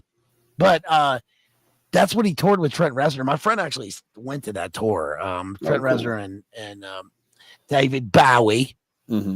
And so it was another one of his phases, but that's a strange thing mixed in with Rammstein and this sort of, this heavy industrial electronica, different from the industrial electro of Gesaffelstein for the folks at home for those who know. But, I don't, but anyway, that's Lost Highway, Blue Velvet, David Bowie. We covered, Lynch here, RIP to Lynch, who died, who passed away. And, there are a lot of, there's obviously going to be a big vacuum effect with a lot of these guys who are old timers, Gene Hackman, Clint Eastwood, Michael O'Kane, all in their 90s. And I was just talking, hey, stay tuned, people, because I did a podcast the other night with Johnny Vedmore, and we talked all about cinema, all eras of cinema. We really covered a lot. And we talked about how, the future of cinema and literature. And that's one of the things to look for, because we're sort of in a static period right now in film. And, you could just, a good signpost is the Oscars, honestly, to see what's nominated. I've seen most of the films now. I haven't seen The Brutalist, and I need to see it. But, the Substance and The Return, Dune 2, some of the movies that are out now, but there's no movement, because with the death of the Marvel movies, there's another one coming out, Captain America, but I mean that time has jumped, and we're looking for something new to be the main thing, but also something new in terms of, I don't look forward to seeing all of the political movies about the current period in 5 to 10 years. Yeah. Because we know what they'll be, but maybe there'll be something new that we can look forward to. I do want to see The Monkey, which is by the guy who did Long Legs. Let me in, not today, not yesterday. That's the way he looks in the movie. It's Nick Cage from here down. But it's got Theo James, who went to my drama school. He was just younger than me. So I want to see that, but that's about it. So anyway, guys, and also let me say one more thing. Prayers to Allison at ADH. She posted it publicly so we can say it. That's how I found out. But ADH, Allison, remember, lost her husband recently. So real sad. So may he rest in peace. Hopefully she will get some peace and some solace. And Allison, friend, really good to me, especially in the early days. Love her, and prayers. I know you guys remember Allison, so pray for her and pray for a soul of her husband. So, but anyway, Matty, I don't mean to say, but anyway, you know what I mean. I'm trying to transition out of here, and when I think of that word, I think of George W. Bush on a Segway in the '80s. That's whenever I think of Segway, I think of George W. Bush riding that Segway.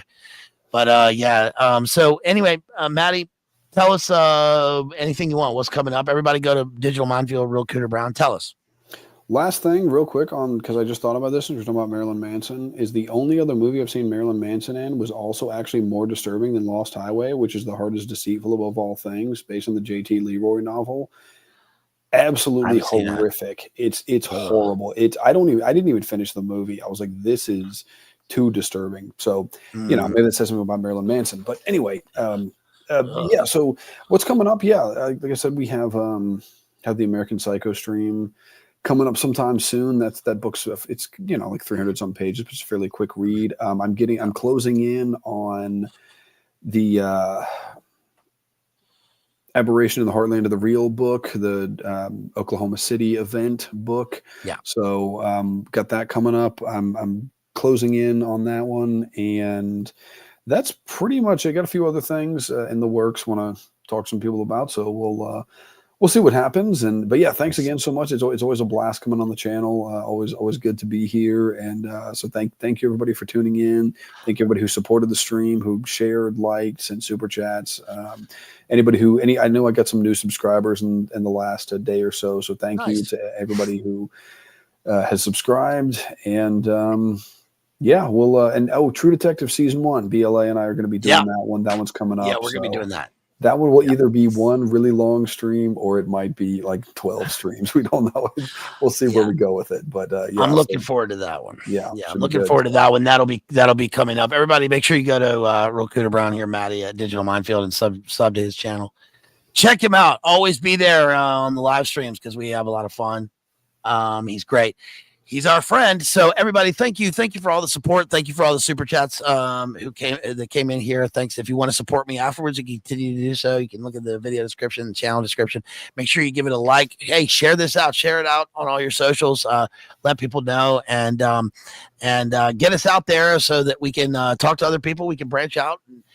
We'll be back with more movie analysis soon. I'll be back with more literary analysis and all kinds of stuff coming up. Hey guys. Thank you all so much. Listen, was it worth it? Yeah, it's worth it if you're strong enough. All right. Love you guys.